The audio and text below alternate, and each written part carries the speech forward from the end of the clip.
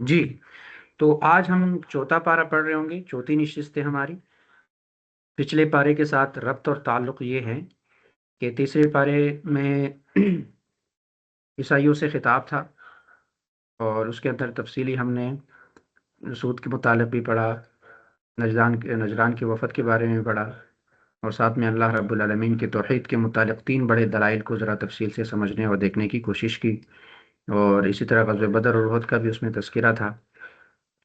اور اسی میں دراصل یہ بات تھی کہ امت کو یہ سکھایا گیا ہے کہ آزمائشیں دراصل تربیت کا ذریعہ ہوتی ہے، اور کامیابی صرف تعداد میں نہیں ہے بلکہ اطاعت، نظم اور تقوی سے وابستہ ہوتی ہے۔ آج کا جو پارہ ہے، چوتھا پارہ، یہ بھی اسی تسلسل کو آگے لے کے چل رہا ہے اور اسی تسلسل کو آگے بڑھا رہا ہے، مگر یہاں آپ توجہ زیادہ واضح طور پر معاشرتی اور قانونی اصلاح کی طرف منتقل ہو جائیں گے۔ سورۃ النساء کے آغاز میں خاندان، یتیموں کے حقوق، وراثت کے احکام، نکاح، عدل اور معاشرتی ذمہ داریوں پر تفصیل سے ہدایات دی گئی ہے، اور آج اس کو ہم پڑھ رہے ہوں گے۔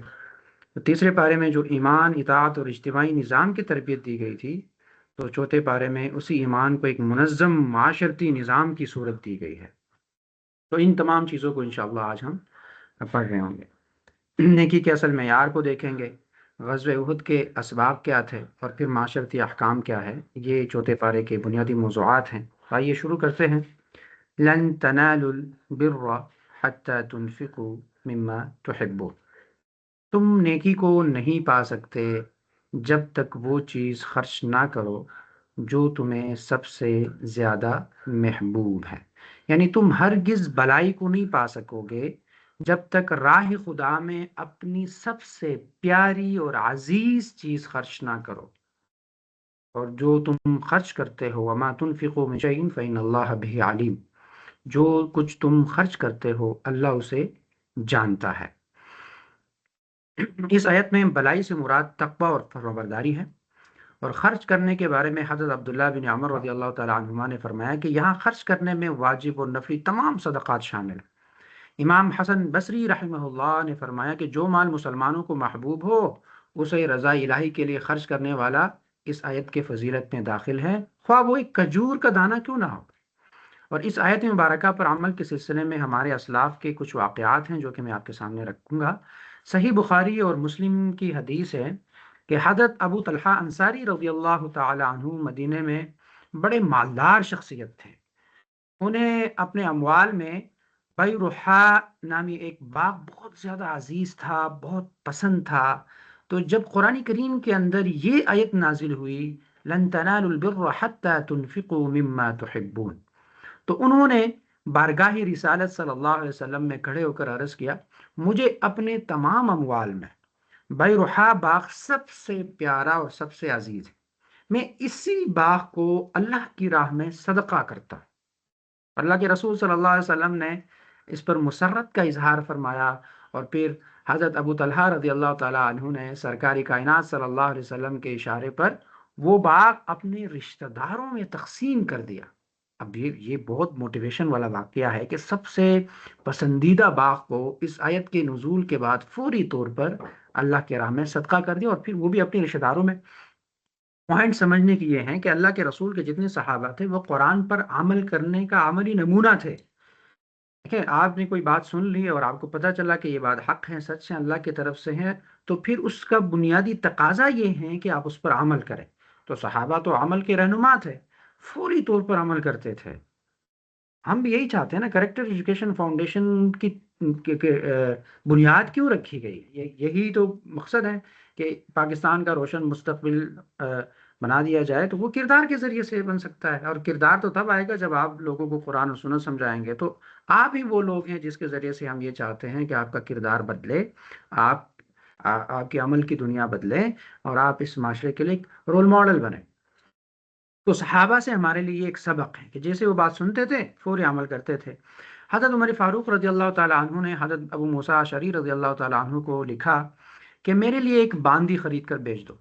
تو جب وہ آئی تو آپ رضی اللہ تعالیٰ عنہ کو بہت زیادہ پسند آئی، لیکن پھر آپ رضی اللہ عنہ نے یہ آیت پڑھ کر اللہ عز و جل کے لیے اس کو آزاد کر دیا۔ یعنی یہ غلام تھی نا باندھی، جب اس کو بہت پسند بھی تھی، تو اس نے جب یہ آیت پڑھی تو اس نے کہا یہ میرے لیے سب سے پسندیدہ چیز یہ ہے، تو اس نے اس کو آزاد کر دیا۔ تو آزاد کرنے کا مطلب صدقہ ہے۔ اسی طرح حضرت عبداللہ بن عمر رضی اللہ تعالیٰ عنہ فرماتے ہیں کہ میں نے اس آیت لن تنالوا البر حتى تنفقوا مما تحبون کی تلاوت کی، تو میں نے اللہ تعالیٰ کی عطا کی ہوئی نعمتوں پر ذرا ایک منٹ کے لیے غور کیا کہ کون سی چیز مجھے سب سے زیادہ پیاری ہے، سب سے زیادہ عزیز ہے۔ تو جب میں نے غور کیا تو مجھے اپنی باندی جو ہے وہ سب سے زیادہ پیاری لگی، اور میں نے اپنے نزدیک پایا کہ سب سے زیادہ پیاری جو ہے میرے لیے میری باندی ہے۔ تو اس پر میں نے کہا کہ یہ اللہ تعالیٰ کی رضا کے لیے آج کے بعد آزاد ہے۔ اور اگر یہ بات نہ ہوتی، جس چیز کو میں نے اللہ کے لیے کر دیا، تو اس کی طرف میں لوٹوں گا تو میں اس باندی سے نکاح کر لیتا۔ اگر اللہ کے لیے میں صدقہ نہ کرتا نا تو مجھے اتنی عزیز تھی کہ میں اس سے نکاح کر لیتا۔ تو یہ بہت بڑی قربانی کی بات ہے، اور یہ اس آیت پر عمل کا عملی مظاہرہ ہے۔ اسی طرح حضرت عمر بن دینار رضی اللہ تعالیٰ عنہ فرماتے ہیں کہ جب یہ آیت لن تنالوا البر حتى تنفقوا مما تحبون نازل ہوئی تو حضرت زید بن حارثہ رضی اللہ تعالیٰ عنہ نے اپنے پسندیدہ گھوڑے کو لے کر اللہ کے رسول صلی اللہ علیہ وسلم کے دربار میں حاضر ہوئے اور اللہ کے رسول صلی اللہ علیہ وسلم سے عرض کی، یا رسول اللہ صلی اللہ علیہ وسلم، آپ اس گھوڑے کو صدقہ فرما دیں۔ اللہ کے رسول صلی اللہ علیہ وسلم نے وہ گھوڑا انہی کے بیٹے حضرت اسامہ رضی اللہ تعالیٰ عنہ کو عطا فرما دیا۔ تو حضرت زید رضی اللہ تعالیٰ عنہ نے عرض کی، میں نے اس گھوڑے کو محض اللہ کی راہ میں صدقہ کرنے کا ارادہ کیا تھا۔ اللہ کے رسول صلی اللہ علیہ وسلم نے ارشاد فرمایا کہ بے شک تیرا صدقہ قبول کر لیا گیا ہے۔ اسی طرح ایک اور واقعہ ہے کہ حضرت عمر بن عبدالعزیز رضی اللہ تعالیٰ عنہ شکر کی بوریاں جو ہے وہ خرید کر صدقہ کرتے تھے۔ تو ان سے کہا گیا کہ اس کی قیمت صدقہ کیوں نہیں کرتے؟ آپ شکر کی بوریاں کیوں صدقہ کرتے ہیں؟ اس کی قیمت صدقہ کر لو، یعنی دینار اور درہم اور پیسہ اور کرنسی لوگوں کو دے دو۔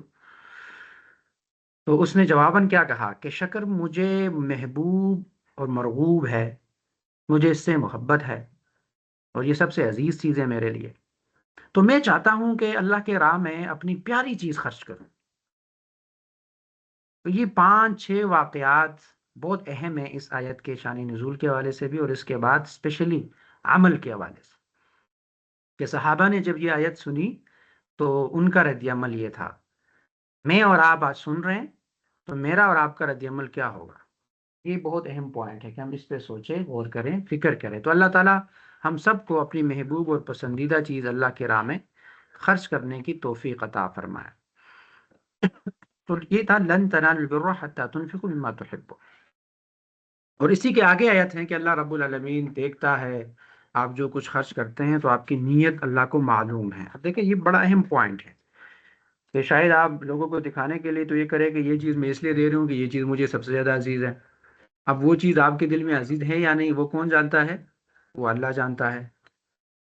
یہ آواز تھوڑی سلو کر لیں ان کی میل کی، ادھر تک آتی ہے، یا دروازہ بند کریں ان کا؟ جی اعوذ باللہ من الشیطان الرجیم۔ تو دل میں کیا ہے وہ تو اللہ جانتا ہے، کہ آپ یہ چیز کس نیت سے اللہ کے راہ میں دے رہے ہیں، وہ آپ کو سب سے زیادہ عزیز ہے یا کوئی اور بات ہے۔ تو اللہ نے ساتھ ہی کہہ دیا کہ اللہ آپ کے دلوں کے احوال کو جانتا ہے، اللہ کو پتہ ہے کہ آپ یہ مال کس نیت سے دے رہے ہیں۔ ٹھیک ہے، یہ بنیادی پوائنٹ ہے۔ آگے پھر دوسرا پوائنٹ یہ ہے کہ بنی اسرائیل جو ہے وہ اللہ رب العالمین کے بارے میں جھوٹ اور غلط بیانی کرتے تھے، تو اللہ نے کہا کہ یہ تو بدترین ظلم ہے۔ اور اس کا پس منظر یہ ہے کہ بنی اسرائیل کہتے تھے کہ ابراہیم علیہ السلام کی شریعت میں اونٹ کا گوشت اور اونٹ کا دودھ تو حرام تھا، تو اللہ کے رسول پر اعتراض کرتے تھے کہ اگر آپ خود کو ملت ابراہیمی پر تصور کرتے ہیں تو آپ ذرا یہ تو بتائیں کہ جب ابراہیم علیہ السلام کی شریعت میں اونٹ حرام تھا اور اس کا دودھ بھی حرام تھا، تو آپ اس کو کیوں جو ہے وہ استعمال کر رہے ہیں؟ تو اس کے جواب میں یہ آیت نازل ہوئی کہ کل طعام کان حلا لبنی اسرائیل الا ما حرم اسرائیل علی نفسه من قبل ان تنزل التوراۃ قل فأتوا بالتوراۃ فاتلوها ان کنتم صادقین۔ اس میں یہی بات کی گئی کہ تمام کھانے بنی اسرائیل کے لیے حلال تھے سوائے ان کھانوں کے جو یعقوب علیہ السلام نے تورات نازل کیے جانے سے پہلے اپنے اوپر خود ہی حرام کر لیے تھے۔ تو اللہ نے فرمایا کہ تم ان کو فرماؤ کہ تورات لے اور اسے پڑھو، اگر تم سچے ہو تو تمہیں پتہ چل جائے گا۔ تو یہ بات دراصل اصل میں یہ غلط بیانی کر رہے ہیں ایک طرح سے کہ یعقوب علیہ السلام کے لیے جو ہیں یہ چیزیں حرام تھی، یا ملت ابراہیمی میں یہ چیزیں حرام تھی. تو ملت ابراہیمی میں تو یہ چیزیں حرام نہیں تھی. یہودیوں کا یہ دعویٰ غلط ہے، بلکہ یہ چیزیں حضرت ابراہیم علیہ السلام، حضرت اسماعیل علیہ السلام، حضرت اسحاق علیہ السلام، حضرت یعقوب علیہ السلام، ان سب پر حلال تھی. حضرت یعقوب علیہ السلام نے کسی سبب سے ان کو اپنے اوپر حرام فرمایا تھا، اور یہ حرمت پھر ان کے اولاد میں بھی اسی طرح چلتی رہی. تو یہودیوں نے ان کا انکار کیا، تو حضرت محمد صلی اللہ علیہ وسلم نے فرمایا کہ تورات میں یہ مضمون موجود ہے، اگر تمہیں اسے انکار ہے تو تورات لے آؤ اور اس میں نکال کر دکھاؤ، تو دیکھ لو یہ چیزیں حضرت ابراہیم علیہ السلام پر حرام تھی یا نہیں تھی. تو اس پر یہودیوں کو اپنی ذلت اور رسوائی کا خوف ہو اور تورات نہ لا سکے، تو ان کا جھوٹا ہونا ظاہر ہو گیا اور انہیں شرمندگی اٹھانی پڑی. تو اس سے ایک بات تو یہ بھی معلوم ہو جاتی ہے کہ احکام کا منسوخ ہونا ہمیشہ سے ہوتا رہا ہے، اور یہ ہر نبی کی شریعت میں احکام منسوخ ہوتے رہتے ہیں. منسوخ کا مطلب یہ ہے کہ پہلے ایک حکم تھا، بعد میں اس حکم کو اٹھا لیا گیا اور دوسرا حکم لایا گیا، اس کو منسوخ کہتے ہیں. اور ہمارے دین میں بھی اس طرح ہے، قرآن کریم کے بہت ساری آیات ایسے ہیں جو منسوخ ہیں، بہت سارے احکامات منسوخ ہیں. تو یہ اس وقت بھی ہوتا تھا. تو یہ اصل میں پھر آگے اللہ فرماتا ہے کہ آپ اللہ پر جھوٹ بول رہے ہیں، اور یہ بہت بڑا گناہ ہے. فمن افترى علی اللہ الکذب من بعد ذلك فاولئک هم الظالمون. اللہ کے بارے میں جھوٹ بولنا اور غلط بیانی کرنا یہ تو بدترین ظلم ہے. یہ جھوٹ ہی ہے نا کہ آپ کہہ رہے ہیں کہ ابراہیم علیہ السلام کی ملت میں اون کا گوشت اور دودھ جو ہے وہ حرام تھا، حالانکہ ایسا تو نہیں تھا. ابراہیم علیہ السلام کی ملت میں تو چیزیں حلال تھی، اور محمد مصطفیٰ صلی اللہ علیہ وسلم اسی ملت ابراہیمی کے بہت سارے چیزوں کو لے کے چل رہے ہیں. تو اس لیے یہ ان کا گوشت کھاتے بھی ہیں، ان کا گوشت استعمال بھی کرتے ہیں، اور اس امت کو اس کے استعمال کی اجازت ہے، کیونکہ پچھلی امت کو بھی اجازت تھی. بات سمجھ آ رہی ہے؟ پھر یہی بات ہو رہی ہے کہ ملت ابراہیمی کی پیروی کرو جو شرک اور باطل سے مکمل بیزار تھے. یعنی اللہ کے رسول ابراہیم علیہ السلام کو یہ اپنا امام مانتے تھے، اپنا نبی مانتے تھے. تو ان کو یہی تعلیم دی جا رہی ہے کہ اگر آپ حقیقی طور پر ابراہیم علیہ السلام کی ملت کو مان لو، حقیقی طور پر آپ کو ماننا چاہیے، ملت ابراہیمی کو فالو کرنا چاہیے. آپ صرف برائے نام ابراہیم علیہ السلام کا نام لیتے ہیں اور اس کی شریعت کو آپ فالو نہیں کرتے. ابراہیم علیہ السلام نے خود محمد مصطفیٰ کے لیے دعا کی تھی. محمد مصطفیٰ صلی اللہ علیہ وسلم ابراہیم علیہ السلام کے اولاد میں سے ہیں. تو ابراہیم علیہ السلام کی ملت کو اگر آپ فالو کرتے ہیں تو پھر محمد مصطفیٰ صلی اللہ علیہ وسلم کو فالو کرنا پڑے گا. تو محمد مصطفیٰ صلی اللہ علیہ وسلم کی امت میں آ کر ہی آپ ملت ابراہیمی میں ہی صحیح اعمال کر سکتے ہیں اور حقیقی طور پر ملت ابراہیمی والے بن سکتے ہیں. یہاں تک آغاز میں پہلے صفحے کے اوپر یہ اہم گفتگو تھے. اس کے بعد سب سے پہلا گھر اس دنیا کے اندر کون سا تھا، اس پہ ذرا تفصیل سے گفتگو ہو رہی ہے کہ ان اول بیت وضع للناس، سب سے پہلا مرکز یا گھر جو اس دنیا میں بنایا گیا ہے وہ اللہ رب العالمین کا گھر ہے. میں کچھ آیات آپ کے سامنے پڑھوں گا تاکہ آپ لوگوں کو چیزوں میں آسانی ہو. جی،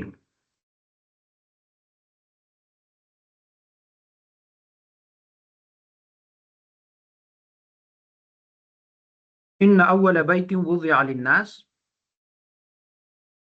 للذی ببکۃ مبارک وہدی للعالمین. سب سے پہلا گھر اس دنیا میں جو انسانوں کے لیے بنایا گیا، ببکہ مبارک وہدی للعالمین، تو بکہ میں ہے اور وہ برکت والا ہے اور وہ ہدایت کا ذریعہ ہے تمام انسانوں کے لیے. تو یہاں دراصل بیت اللہ کی بات ہو رہی ہے. سب سے پہلا گھر جو عالمی عبادت کا مرکز ہے وہ بیت اللہ ہے. ان اول بیت وضع للناس ببکۃ مبارک وہدی للعالمین. تو یہ گھر سب سے پہلے حضرت آدم علیہ السلام نے تخلیق کیا تھا. بلکہ کچھ روایت میں یہ بھی تو آتا ہے کہ ساتویں آسمان پہ جو بیت المعمور ہے، بیت المعمور کا لفظ آپ نے سنا ہوگا، لوح محفوظ اور بیت المعمور، یہ ساتویں آسمان پہ فرشتوں کا ایک کعبہ ہے، اور وہاں فرشتے روزانہ 70,000 کی تعداد میں آتے ہیں، عبادت کرتے ہیں، پھر نکلتے ہیں. اور کہا جاتا ہے کہ قیامت تک جو 70,000 آج کے دن گئی نا اس مسجد کے اندر، اس کعبے کے اندر، قیامت تک ان کو دوبارہ نمبر نہیں آتا. تو اس سے اندازہ لگاؤ کہ اللہ کے فرشتے کتنی تعداد میں ہیں، بہت زیادہ تعداد ہے فرشتوں کی. تو وہ ساتویں آسمان پر بالکل یہ جو خانہ کعبہ کے برابر میں اوپر جو ہے نا وہ ایک بیت المعمور ہے، بیت المحفوظ ہے، جہاں پہ قرآن کریم پورا نازل ہوا تھا، اور وہیں سے پھر رفتہ رفتہ اللہ کے رسول پر نازل ہوا تھا۔ تو کہا جاتا ہے کہ بیت المعمور کے بالکل نیچے سینٹر پہ یہ کعبہ جو ہے زمین پر فرشتوں نے تخلیق کیا تھا، یہ بھی ایک روایت ہے۔ لیکن موثوق روایت یہ ہے کہ آدم علیہ السلام نے بیت اللہ کو تعمیر کیا، پھر رفتہ رفتہ وقت کے ساتھ اور ان چیزوں کے ساتھ وہ منہدم ہو گیا۔ پھر جو ہے ابراہیم علیہ السلام کو اللہ نے یہ ذمہ داری سونپی، اس نے دوبارہ انہی بنیادوں کو، کیونکہ بنیادیں تو ڈالی گئی تھی، انہی بنیادوں کو دوبارہ جو ہے وہ مضبوط کر کے ابراہیم علیہ السلام اور اسماعیل علیہ السلام کی یہ ذمہ داری لگائی گئی تھی کہ آپ دونوں یہ کام کریں گے۔ ان دونوں شوق اور جذبے کے ساتھ یہ کام کرتے رہے، اور درمیان میں اللہ نے معجزات بھی دکھائے، تو انہوں نے کعبے کی تعمیر کی۔ اس کے بعد کئی دفعہ کعبہ کی تعمیر ہوئی ہے، اس کی ایک پوری تاریخ ہے، کئی دفعہ اس کو ڈھایا گیا، ٹھیک کیا گیا۔ محمد مصطفیٰ صلی اللہ علیہ وسلم کے رحلت سے چند سال پہلے بھی اس کی تعمیر مکے کے لوگوں نے کی تھی، اور اسی میں وہ حتیم کو باہر رکھا گیا تھا جو آج تک باہر ہے۔ اس کے بعد بھی اس کی تعمیر ہوتی رہتی ہے، اور ابھی اس کو وسعت دی جا رہی ہے، اور بہت بڑا وسیع ہو گیا۔ تو یہ جو ہے یہ کعبہ کی یہاں بات ہے کہ یہ سب سے پہلا گھر ہے اس دنیا کے اندر۔ یہ اصل میں یہودیوں کے اس سوال یا اعتراض کا جواب تھا۔ یہودیوں نے اعتراض کیا کہ آپ قبلہ چینج کر رہے ہیں، سب سے پہلا گھر اس دنیا میں بیت المقدس ہے۔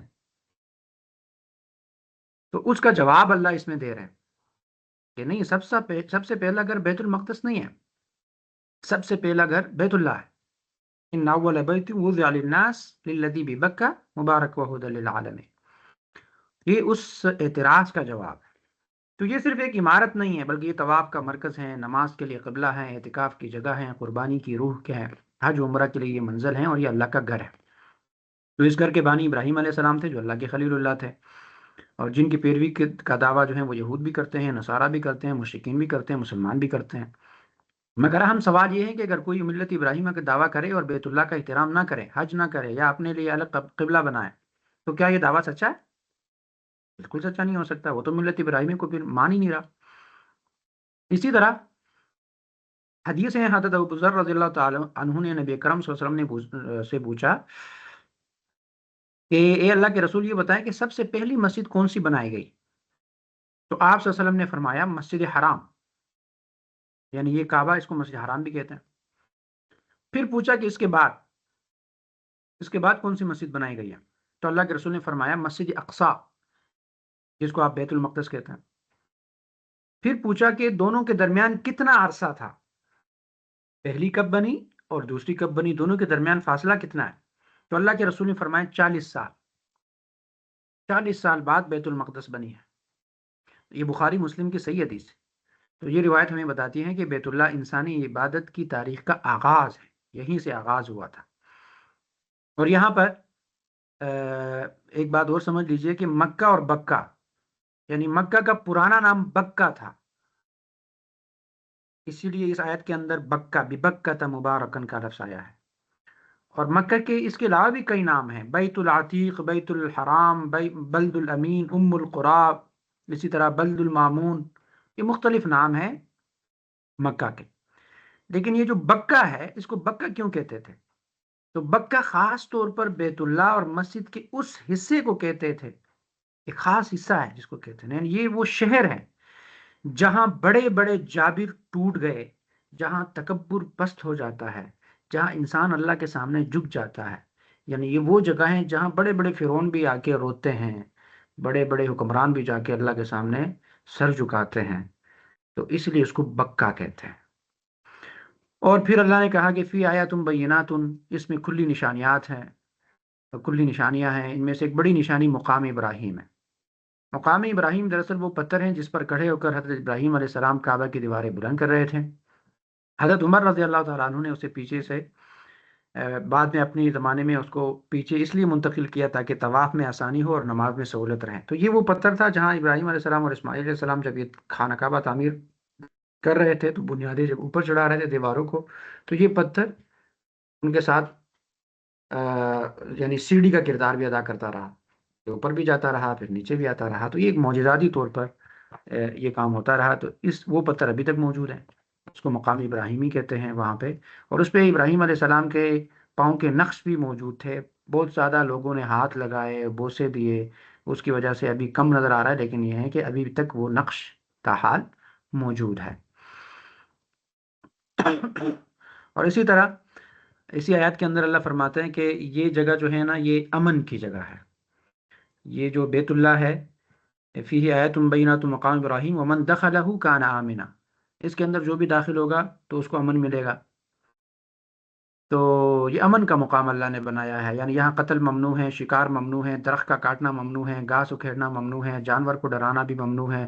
یہ صرف انسان کے لیے امن نہیں ہے بلکہ حیوانات اور ماحول کے لیے بھی امن ہے۔ تو یہاں پر دراصل اسلام کی ماحولیاتی نظام کی تعلیم ہے کہ وَدَخَلَهُ وَمَنْ دَخَلَهُ كَانَ آمِنًا، یہ امن کی جگہ ہے۔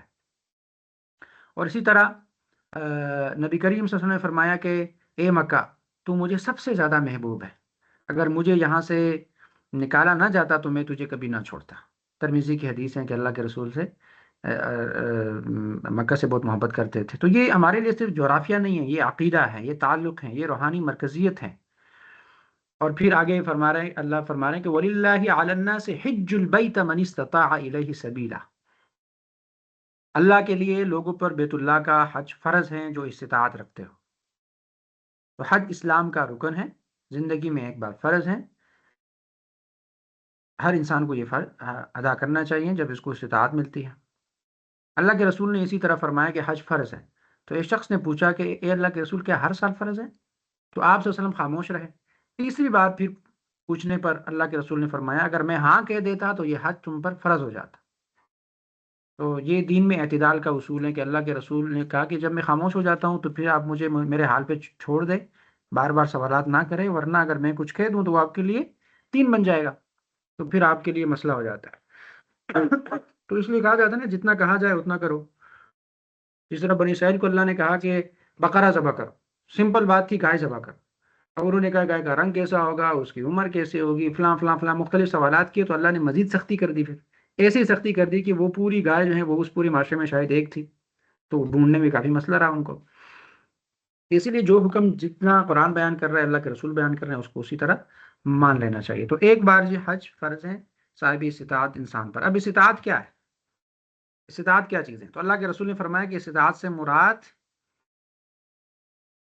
زاد اور یعنی زادراہ ہے، سواری ہے، توشہ ہے، یعنی آسان الفاظ میں مالی طاقت ہے اور جسمانی طاقت ہے۔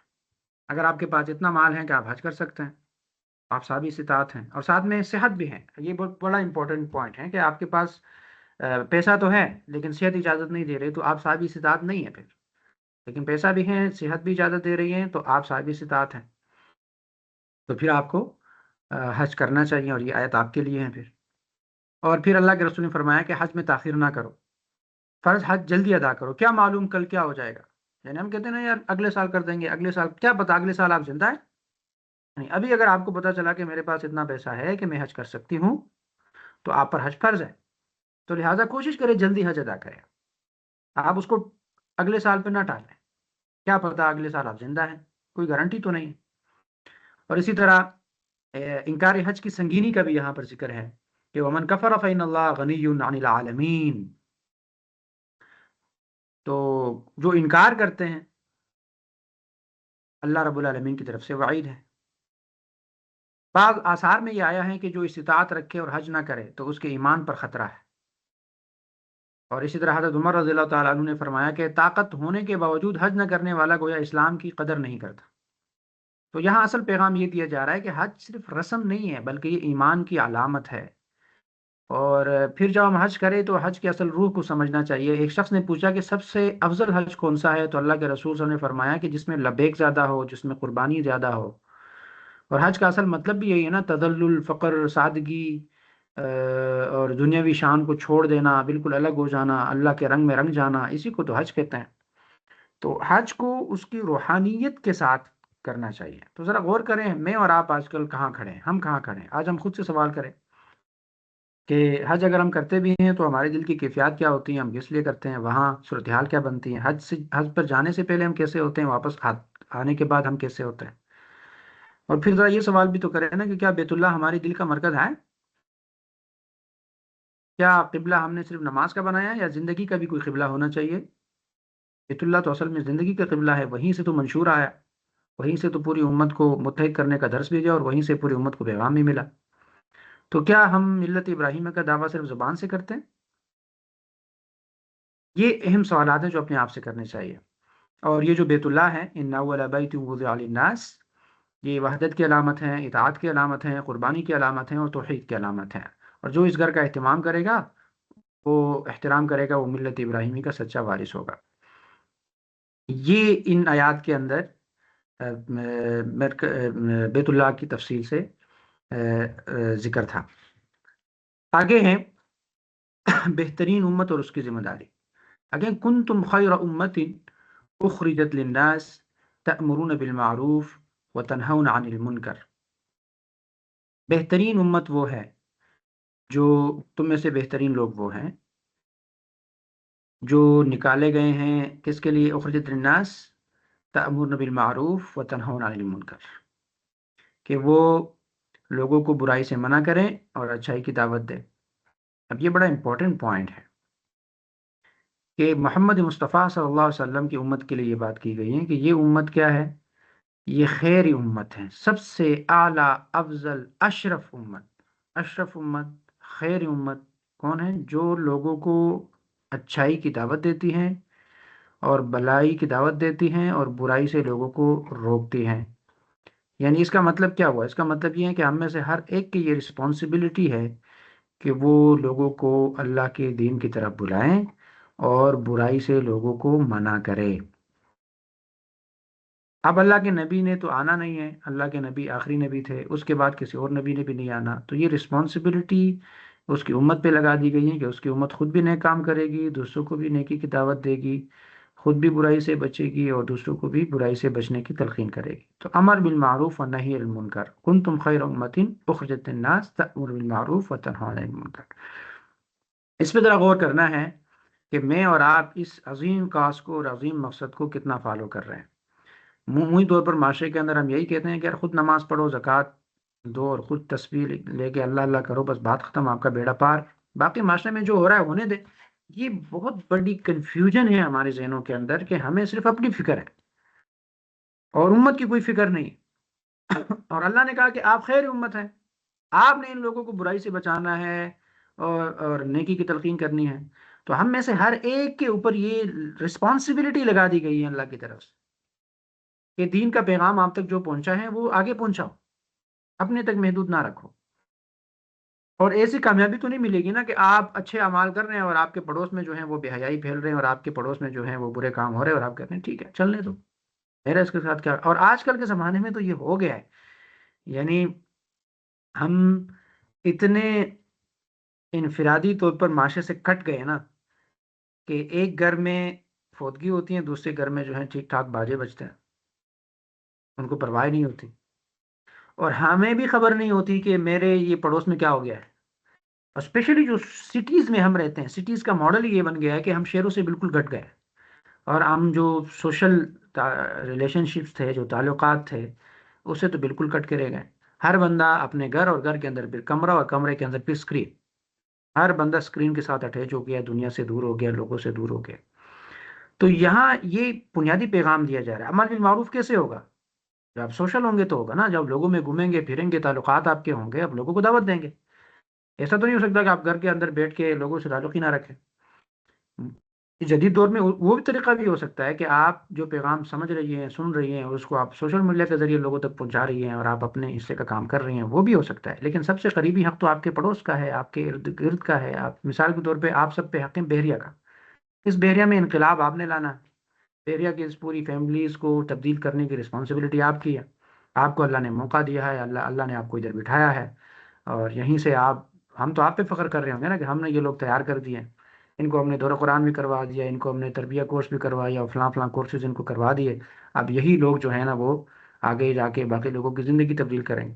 تو اگر آپ کی یہ نیت ہے کہ بس یہ کر کے بس گھر میں جا کے بیٹھ جائیں گے، تو اس آیت کے اندر اس پہ رد ہے کہ آپ خیر امت ہیں، آپ افضل لوگ ہیں، آپ کو گھر میں بیٹھنے کے لیے تھوڑی آئے ہیں، آپ اسٹرگل کرنے کے لیے، جد و جہد کرنے کے لیے، دین اسلام کی دعوت کو عام کرنے کے لیے ہیں، تو لہٰذا یہ آپ کی رسپانسبلٹی ہے، اس کو کرتے رہے۔ اللہ کے رسول کی حدیث ہے کہ جب آپ کہیں کوئی برائی دیکھو تو اس کو ہاتھ سے منع کرو۔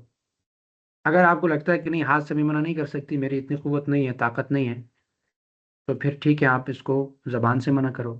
آپ زبان سے اس کو کوئی یہ برا کام ہے، یہ نہیں ہونا چاہیے، لیکن آپ کی زبان کی بھی طاقت نہیں ہے، ہاتھ سے بھی طاقت نہیں ہے، زبان کی بھی طاقت نہیں ہے، تو پھر اللہ کے رسول فرماتے ہیں کہ آپ دل میں اس کو برا مان لو، اور یہ ایمان کا سب سے کمزور ترین درجہ ہے۔ تو یہ ہمیں انسٹرکشن دی گئی ہے کہ جہاں جہاں مثال کے طور پہ آپ کے گھر میں برائی ہو رہی ہے، تو اپنے بچوں کو تو آپ منع کر سکتے ہیں، کیونکہ اپنے بچوں کے لیے تو آپ حکمران ہیں۔ ان کو آپ ہاتھ سے منع کریں، ہاتھ سے نہیں تو زبان سے منع کریں۔ باہر معاشرے کو اگر آپ ہاتھ سے اور زبان سے بھی منع نہیں کر سکتی، تو پھر کیا کریں، دل میں تو برا مان لیں اس شخص کو۔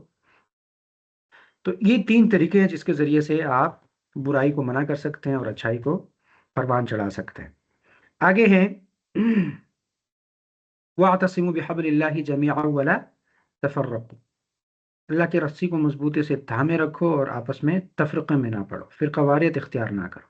اور یہ بہت بڑا اہم پوائنٹ ہے کہ تم سب مل کر اللہ کے رسی کو مضبوطی سے تھام لو۔ یعنی اس آیت میں ان افعال و حرکات کی مکمل نفی اور ممانعت کی گئی ہے جو مسلمانوں کے درمیان تفریق کا سبب ہو۔ چنانچہ اللہ رب العالمین نے یہ واضح طور پر فرمایا کہ میری رسی کو مضبوطی سے پکڑ لو اور آپس میں فرقوں میں تقسیم نہ ہو۔ یعنی جیسے یہود و نصارہ ہوئے تھے، وہ آپس میں فرقے فرقے بن گئے تھے۔ تو یاد رہے کہ اصل راستہ اور طریقہ تو قرآن و سنت کا ہے، اس کے سوا کوئی راستہ اگر کوئی اختیار کرتا ہے تو وہ پھر تفریق کرتا ہے، وہ فرقہ واریت پیدا کرتا ہے، اور یہ ممنوع ہے۔ اب ذرا اس آیت کو پڑھ کے آپ کے ذہن میں کیا آ رہا ہے؟ موجودہ پاکستان کے اندر کتنے زیادہ فرقے ہیں۔ ہاں، ہم ابھی اپنے آپ کو مسلم بھی نہیں کہہ سکتے، یعنی ایسی صورتحال بن گئی ہے، ہر بندہ کسی فرقے کے ساتھ پیوستہ ہے، اور اللہ کہہ رہا ہے کہ نہیں، فرقہ وارد اختیار نہ کرو، آپ امت بن جاؤ، آپ ایک بن جاؤ، آپ میرے کلام کے ساتھ جو ہے مضبوطی کے ساتھ خود کو تھام لو، تفرقوں میں نہ پڑو۔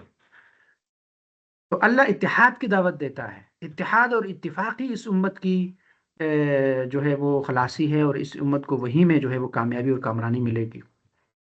لیکن یہود و نصارہ کی طرح جب ہم انتشار اور افتراق کا شکار ہو گئے اور فرقہ واریت کے شکار ہو گئے، تو جس کے نتیجے میں کیا ہو گیا، فی الوقت پوری دنیا کے اندر مومن یا اسلام یا مسلمان کا کوئی نام ہی نہیں ہے، اس کی کوئی قوت نہیں ہے، کوئی شان نہیں ہے، کوئی مقام نہیں ہے، کوئی ویلیو نہیں ہے، کوئی مرتبہ نہیں۔ کیوں نہیں ہے؟ ہماری اپنی وجہ سے۔ ہر بندہ الگ الگ ٹولے میں بٹھا ہوا ہے، ہر بندے نے الگ الگ ایک فرقہ بنایا ہوا ہے، اور بدقسمتی یہ ہے کہ ہر بندے کو اپنے فرقے میں جنت نظر آ رہی ہے۔ بنیادی پوائنٹ یہ ہے، یعنی میں کسی فرقے میں ہوں تو مجھے لگ رہا ہے کہ میں جنت میں جاؤں گا، اور یہ جو دوسرا فرقہ ہے یہ تو جہنمی ہے۔ وہ دوسرا سمجھتا ہے کہ نہیں، میرا فرقہ ٹھیک ہے اور میں جنت میں جاؤں گا، اور یہ دوسرے سارے کافر ہیں، یہ گمراہ ہیں، یہ ٹھیک نہیں ہے۔ تو اس حساب سے تو کوئی بھی جنت میں نہیں جائے گا۔ کون جنت میں جائے گا؟ یہ وہی بات ہے جو یہود و نصارہ کرتے تھے، اور پہلے پارے میں آپ نے پڑھا کہ وقالت الیہود لیست النصارى علی شیء وقالت النصارى لیست الیہود علی شیء وهم یتلون الکتاب۔ یہودی کہتے ہیں کہ نصارہ کسی چیز پر نہیں ہے، یعنی یہ تو کامیاب نہیں ہے، ان کے راستے میں جنت نہیں ہے، اور یہودی کہتے ہیں کہ نصارہ تو بے راستے ہیں، گمراہ ہیں، ان کے راستے میں کوئی جنت ہی نہیں ہے۔ یعنی وہ بھی آپس میں یہی کہتے تھے کہ وہ ٹھیک نہیں ہے، میں ٹھیک ہوں، اور ہم بھی آج کل یہی کہتے ہیں۔ پاکستان کے اندر کتنے فرقے ہیں، بریلوی ہیں، دیوبندی ہیں، اہل حدیث ہیں، پتہ نہیں کیا کیا ہے، ابھی تو شمار بھی نہیں ہو سکتا، اور پھر ہم نے انہی چیزوں میں اپنے لیے جنت ڈھونڈ رہے ہوتے ہیں۔ تو قرآن کہہ رہا ہے کہ ایک ہو جاؤ، ان فرقوں میں کوئی جنت نہیں ہے، جنت قرآن و سنت کے اندر ہے، اور اپنے آپ کو مسلمان کہو۔ اللہ نے ہمارا نام مسلمان رکھا ہے، تو ہم اپنے آپ کو مسلمان کیوں نہیں کہتے؟ تو یہ بعد میں جا کے یہ بنے یہ فرقے، دیوبند جو ہے وہ بھارت میں ایک علاقے کا نام ہے، ایک جگہ کا نام ہے، تو اس جگہ کے پیچھے ہم اپنے آپ کو پکارنے لگے۔ بریل جو ہے وہ بھی بھارت کے اندر ایک جگہ کا نام ہے، تو بریلوی لوگ اس جگہ کی وجہ سے بریلوی ایک فرقہ بن گیا۔ تو ان چیزوں میں نہ پڑو، اصل چیزیں قرآن و سنت، اور خود کو بناؤ مسلمان۔ ہم مسلمان ہیں، اور ایک اعتدال پر مبنی اصول یاد رکھے گا۔ ہماری نزدیک ہم یہ سمجھتے ہیں کہ یہ تمام فرقے جو پاکستان کے اندر موجود ہیں، یہ اصولوں میں ایک ہے، ان کے اختلافات فروع میں ہیں، تو لہٰذا ہم سب کو ٹھیک سمجھتے ہیں، اور ہم سمجھ رہے ہیں کہ ان سب کو ایک کرنے کی ضرورت ہے۔ لہٰذا آپس میں نفرت اور افتراق اور انتشار پھیلانے کی کوئی ضرورت نہیں۔ اب میں اس کی تشریح کرتا ہوں تاکہ آپ کو پوائنٹ سمجھ آ جائے۔ میں جب اصول کی بات کرتا ہوں تو اصول سے مراد اسلام کے بنیادی اجزاء ہے، یعنی اللہ پر ایمان، رسول پر ایمان، قیامت پر ایمان، فرشتوں پر، کتاب پر، آخرت پر، تقدیر پر ایمان، یہ اصول ہے۔ تو تقریباً تمام فرقے جتنے ہیں وہ اس پر ایمان رکھتے ہیں۔ تو جو فرقہ اگر اصول میں میرے ساتھ بغاوت کرتا ہے نا، وہ اصول میں کمی کرتا ہے، جس طرح قادیانی ہے، وہ اللہ کو مانتے ہیں، رسول کو ہی مانتے ہیں، لیکن میرے رسول محمد مصطفیٰ کو آخری نبی نہیں مانتے، تو وہ میرے ساتھ اصول میں اختلاف کرتے ہیں، تو اس لیے میں کہتا ہوں یہ کافر ہے، کیونکہ وہ اللہ کے رسول کو آخری نبی نہیں مان رہے، اور اللہ کے رسول کے بارے میں قرآن نے فرمایا کہ ما کان محمد ابا احد من رجالکم ولکن رسول اللہ وخاتم النبیین، محمد مصطفیٰ تو آخری نبی ہے، اس کے بعد تو کسی نبی نے نہیں آنا، تو اس کو آخری نبی ماننا ایمان کا لازمی جز ہے، جز۔ اللہ کے رسول کو صرف نبی ماننا یہ ایمانی کامل نہیں ہے، اس کو نبی ماننا اور ساتھ میں آخری نبی ماننا یہ ایمان کامل کرتا ہے۔ تو قادیانی میرے ساتھ دھوکہ کرتا ہے، وہ میرے اصول میں اختلاف کرتا ہے، تو اس لیے وہ نکل گیا۔ باقی دیوبندی ہیں، بریلوی ہیں، لیدیس ہیں، جتنے بھی مروجہ فرقے ہیں، تو وہ سارے اصول پہ تو ایک ہے نا، سب اللہ کو مانتے ہیں، رسول کو مانتے ہیں، فرشتوں کو مانتے ہیں، قیامت کو مانتے ہیں، تقدیر کو مانتے ہیں، تو اصول کو مانتے ہیں، جڑوں کو، جڑ، تو جڑوں میں ہم سب ایک ہیں۔ پھر یہ اختلاف جو ہیں ہمارے ہاں یہ فروع میں ہے۔ فروع کا مطلب کیا ہے کہ آپ کے پاس درخت ہیں، اس درخت کے جو جڑ ہے نا، جڑ، اس کو میں اصول کہتا ہوں، وہ اصول ہے، انہی جڑوں کی وجہ سے یہ درخت اپنی جگہ پہ قائم ہے۔ ان جڑوں میں سے ایک جڑ کو آپ کاٹیں گے تو وہ درخت بیچارہ جو ہے وہ خشک ہو جائے گا، کیونکہ اسی سے تو وہ پلتا ہے۔ تو یہی حیثیت یہاں دین میں اصول کی ہے، اصول میں سے کسی ایک کو بھی کاٹیں گے تو آپ اسلام سے نکل جائیں گے۔ فروع کا مطلب جو ہے وہ اس درخت کے شاخیں ہیں، تو آپ اگر کسی درخت کے شاخوں میں سے دو تین شاخیں کاٹ بھی دیں تو کیا ہو جائے گا؟ درخت گرے گا تو نہیں، درخت مرے گا بھی تو نہیں، معمولی یہ ہو جائے گا کہ درخت کے حسن میں تھوڑی سی کمی آ جائے گی، باقی درخت اپنی جگہ پہ اسی طرح قائم و دائم رہے گا۔ تو یہی مسئلہ ہے کہ ہمارے ہاں جو کچھ مسائل میں اختلاف ہے وہ فروعی ہے، اس کا ایمان پر کوئی ضرب نہیں پڑتا، یعنی یا امین تیز سے بولنا، امین بالجہر بولنا ہے یا نہیں بولنا، رفع الیدین کرنا ہے یا نہیں کرنا، اسی طرح جو ہے وہ اللہ کے رسول جو ہے وہ حیات ہیں یا ممات ہیں، وہ یا اس طرح کے یہ جو مسائل ہیں، تو اس میں آپ سے خبر میں کبھی بھی نہیں پوچھا جائے گا کہ بتاؤ جی اللہ کے رسول زندہ تھے یا مردہ تھے۔ ہم یہ جو اختلاف پہ ہم لگے رہے ہیں، اور امت کو انتشار میں ڈالا ہوا ہے، اور ایک دوسرے پر فتوے لگا رہے ہیں، اور افتراق اور انتشار پیدا کر رہے ہیں کہ اس کے پیچھے نماز نہ پڑھو اور اس کے پیچھے پڑھو، اور یہ گمراہ ہیں اور یہ کافر ہیں اور یہ فلاں ہیں، یہ جو ہم اتنی کہانیاں بنا رہے ہیں نا، اس کی کوئی اصل نہیں ہے، یہ فروعی اختلافات ہے۔ یہ اگر کسی کے ہیں بھی تو ٹھیک، ہم اس کو ساتھ لے کے چل سکتے ہیں، کیونکہ قرآن نے کہا کہ وَاعْتَصِمُوا بِحَبْلِ اللَّهِ جَمِيعًا وَلَا تَفَرَّقُوا، قرآن اور سنت کو مضبوطی سے پکڑنا ہے، افتراق میں نہیں پڑنا۔ تو قرآن اور سنت کو مضبوطی سے پکڑنے کے لیے ہمارے مائنڈ سیٹ کے اندر ایک چیز رہنی چاہیے کہ فرقہ پرستی بالکل نہیں کرنی چاہیے۔ فرقہ پرستی حرام ہے اسلام کے اندر۔ فرقہ پرستی کا مطلب کیا ہے؟ کہ آپ سمجھے کہ میرا فرقہ ٹھیک ہے، باقی سارے ٹھیک نہیں ہیں، میرا عالم دین ٹھیک ہے، باقی سارے ٹھیک نہیں ہیں، میرا جو استاد ہے نا بس وہ تو کمال ہے، اس سے آگے تو کوئی قابلیت والا ہو ہی نہیں سکتا، بس اس نے جو کہا نا بس وہ کمال ہے، وہ پتھر پر لکیر ہے۔ تو یہ کانسیپٹ، یہ جو ایک کو آپ نے بالکل الہ کا درجہ دیا ہے نا، یہ پرستی ہے اصل میں، یہ اس کی آپ پرستش کر رہے ہیں۔ اور میں اپنے تمام دروس میں یہ اپنے اسٹوڈنٹ کو یہ بات پیغام سمجھاتا ہوں کہ کبھی بھی نہ شیخ پرستی کرے، نہ فرقہ پرستی کرے، نہ تنظیم پرستی کرے۔ یہی چیزیں ہیں جو شرک ہیں ایک طرح سے، کیونکہ آپ اللہ کا درجہ دے رہے ہوتے ہیں اپنی تنظیم کو، اپنے استاد کو اور اپنے قوم کو۔ اسی سے قوم پرستی، ملک پرستی بھی بنتی ہے، اسی سے زبان پرستی، لسان پرستی، یہ ساری چیزیں ہیں کہ اگر آپ پرستش کرتے ہیں، پرستش کا تو یہ مطلب ہے نا کہ آپ اسی کو ٹھیک مانتے ہیں اور باقی کسی کو، اصل میں تو ٹھیک اللہ ہے، پرستش تو اللہ کی ہونی چاہیے۔ تو فرقہ پرستی حرام ہے، فرقہ پرستی شرک ہے، فرقہ پرستی نہیں کرنی چاہیے، البتہ فرقہ پسندی ہونی چاہیے۔ فرقہ پسندی کا مطلب کیا ہے کہ آپ کو کوئی فرقہ پسند آ گیا ہے، ابھی آپ میں سے میرے سامنے بہت سارے لوگ دیوبندی بھی ہوں گے، بہت سارے اہل حدیث بھی ہوں گے، بہت سارے دوسرے فرقے سے بھی ہوں گے، تو آپ کو اپنا فرقہ پسند ہے، کسی وجہ سے پسند ہوگا نا، آپ نے کوئی دلائل پڑھے ہوں گے، آپ نے کہیں تعلیم حاصل کی ہوگی، تو اس وجہ سے آپ اس فرقے کے ساتھ ریلیٹڈ ہیں، ٹھیک ہے، اس پہ کون اعتراض کر رہا ہے؟ آپ کو اپنا فرقہ پسند ہونا چاہیے، ٹھیک ہے، لیکن آپ کو دوسرے کا فرقہ سے نفرت کیوں ہے، یہ نہیں ہونا چاہیے، ہم یہ بات کر رہے ہیں۔ آپ دیکھیں، ہر بندہ کسی فرقے سے ہو سکتا ہے، اس میں کوئی شک نہیں، اس میں کوئی قباحت بھی نہیں ہے۔ آپ کو اپنا فرقہ پسند ہونا چاہیے، لیکن اپنے فرقے کی پرستش آپ نہ کریں۔ آپ اپنا مائنڈ اور نظریہ اور عقیدہ رکھے، دوسرے کا نظریہ بھی پڑھے کہ وہ کیوں اس کے بارے میں یہ کہتا ہے، اس کے پاس کیا دلائل ہے، اس کو بھی پڑھے۔ تو یہ افتراق اور انتشار ختم ہو جائے گا، اور پھر اللہ کی اس قرآن کی آیت پر اتفاق ہو سکتا ہے اور اس پر عمل ہو سکتا ہے۔ فی الوقت پوری امت ہم اس آیت پر عمل ہی نہیں کر رہے، ہر بندے نے اپنے فرقے کو پکڑا ہوا ہے اور باقی سب کو گمراہ اور کفر کے فتوے بانٹتے ہیں۔ ہمارے ممبروں اور مساجد کا استعمال اس نفرت کے لیے ہو رہا ہے۔ تو اس لیے ہم سب نے فرقہ پرستی سے نکلنا ہے اور اللہ کی اس آیت پر عمل کرنے کی کوشش کرنی ہے کہ ہم اللہ کے رسی کو مضبوطی سے تھام رکھیں۔ حبل اللہ سے مراد قرآن ہے، اللہ کی رسی کیا ہے؟ قرآن۔ یہ براہ راست انسان کو اللہ سے پیوست کر دیتی ہے، اللہ سے ایک کنیکشن اور تعلق ڈیولپ کر دیتی ہے۔ یعنی ایک ہی سہارا ہے جس کے ذریعے سے آپ اللہ تک پہنچ سکتے ہیں، وہ کیا ہے؟ قرآن۔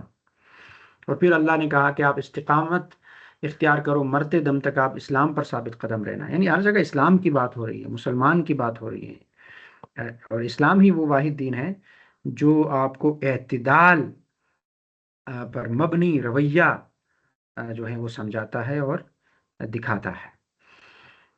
تو یہ بہترین امت کی ذمہ داریاں ہیں کہ وہ امر بالمعروف اور نہی عن منکر کا کام کرے گی، اور اللہ کے کلام کے ساتھ خود کو مضبوطی سے تھام لے گی، اور فرقہ واریت اختیار نہیں کرے گی، انتشار اور افتراق نہیں پھیلائے گی۔ آپ میں سے بہت سارے مدرسین بھی ہوں گے جو کہ لوگوں کو پڑھا بھی رہے ہوں گے، تو ظاہر ہے اگر آپ مدرس ہیں اور آپ افتراق اور انتشار پیدا کر رہے ہیں، آپ اپنے بچے کو یا اپنے اسٹوڈنٹ کو کسی ایک فرقے کے ساتھ پیوست کر رہے ہیں، تو آپ عظیم جرم کر رہے ہیں۔ آپ اپنے تمام اسٹوڈنٹ کو یہ پیغام دیں کہ اللہ کے کلام کے ساتھ پیوستہ ہو جائے، اور کسی فرقے کی تعلیم آپ کو نہیں دینی چاہیے، کہ قرآن کی تعلیم دے، دین کی تعلیم دے، اسلام کی تعلیم دے۔ جب آپ اپنے بچوں کو یہی تعلیم دیں گے تو وہ جا کے آگے یہی دیں گے، تو یہ اس امت کا تو بیڑا غرق ہو جائے گا۔ اس امت نے کب متحد ہونا ہے؟ 56 اسلامی ممالک ہونے کے باوجود پوری دنیا کے اندر مسلمانوں کی کوئی ویلیو نہیں ہے، کوئی قوت نہیں ہے، کوئی شان نہیں ہے، کوئی مقام نہیں ہے۔ پورا کفر ملت واحدہ جو ہے وہ ایک ہو گیا ہے، اور وہ آپ کو برما بھی مار رہا ہے، کشمیر بھی مار رہا ہے، افغانستان میں بھی مار چکا، اور اسی طرح بھی فلسطین میں مار رہا ہے۔ پورا کفر چاہتا ہے کہ اسلام مٹ جائے اور مسلمانوں کو کہیں طاقت نہ ملے۔ جہاں جہاں کوئی ملک آپ کا طاقتور ہے تو اس کے پیچھے یہ کفر لگا ہوا ہے۔ کون یہودی اور کون عیسائی دونوں اکٹھے ہیں آج؟ امریکہ عیسائی ملک ہے وہ، اور اسرائیل جو ہے وہ یہودی ہیں، دونوں اکٹھے ہیں کہ نہیں ہیں؟ وہ ایران کو تباہ کرنے کے لیے، اسرائیل کو تباہ کرنے کے لیے، آپ کے عراق اور باقی ممالک کو تباہ کرنے کے لیے ایک ہے کہ نہیں ہے؟ وہ سب متحد ہیں۔ ہمیں 2 کتابیں پڑھ کے ہمارے اندر جو ہے وہ فرقہ واریت کا بڑا جوش آ جاتا ہے کہ میں تو ٹھیک ہوں جی، فلاں جو کافر ہیں، پھر ہم بحث کرنے لگتے ہیں۔ تو یہ انتہائی بچگانہ ذہنیت ہے کہ ہم اگر اس پروفتن دور اور اس ترقی یافتہ دور میں بھی یہی سوچتے ہیں کہ ہم لوگوں کو مزید جو ہیں یہ فرقہ واریت کی جراثیم جو ہے منتقل کریں گے۔ تو اگر آپ قرآن کے دائی ہیں، قرآن کو آگے بڑھانا چاہتے ہیں، تو آپ کسی فرقے کی نمائندگی نہ کریں۔ آپ کا کوئی فرقہ نہیں ہے بھائی، ایک مدرس کا فرقہ ہونا ہی نہیں چاہیے۔ مدرس کا اللہ رب العالمین کا قرآن ہونا چاہیے۔ مدرس نے خود کو جا کے کسی فرقے کے اندر پیوست کر دیا تو وہ کیا دین کی دعوت کرے گا؟ وہ تو فرقے کی تعلیم دے گا پھر۔ تو یاد رکھیں، فرقے کی تعلیم پر کوئی ثواب نہیں ہے۔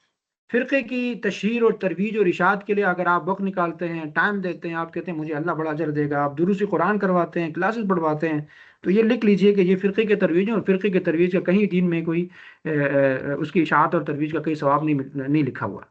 اسلام کی بات ہو رہی ہے، دین کی بات ہو رہی ہے، تو دین کو اپنے منشا اور اپنے فرقے کی تشہیر کے لیے استعمال نہ کرے، امت کو جوڑنے کا درس دے، امت کو جوڑنے کا پیغام دے، اور یہی وہ پیغام ہے جو کہ ہم سب کو سمجھنا بھی ہے اور اس کو آگے پھیلانا بھی ہے۔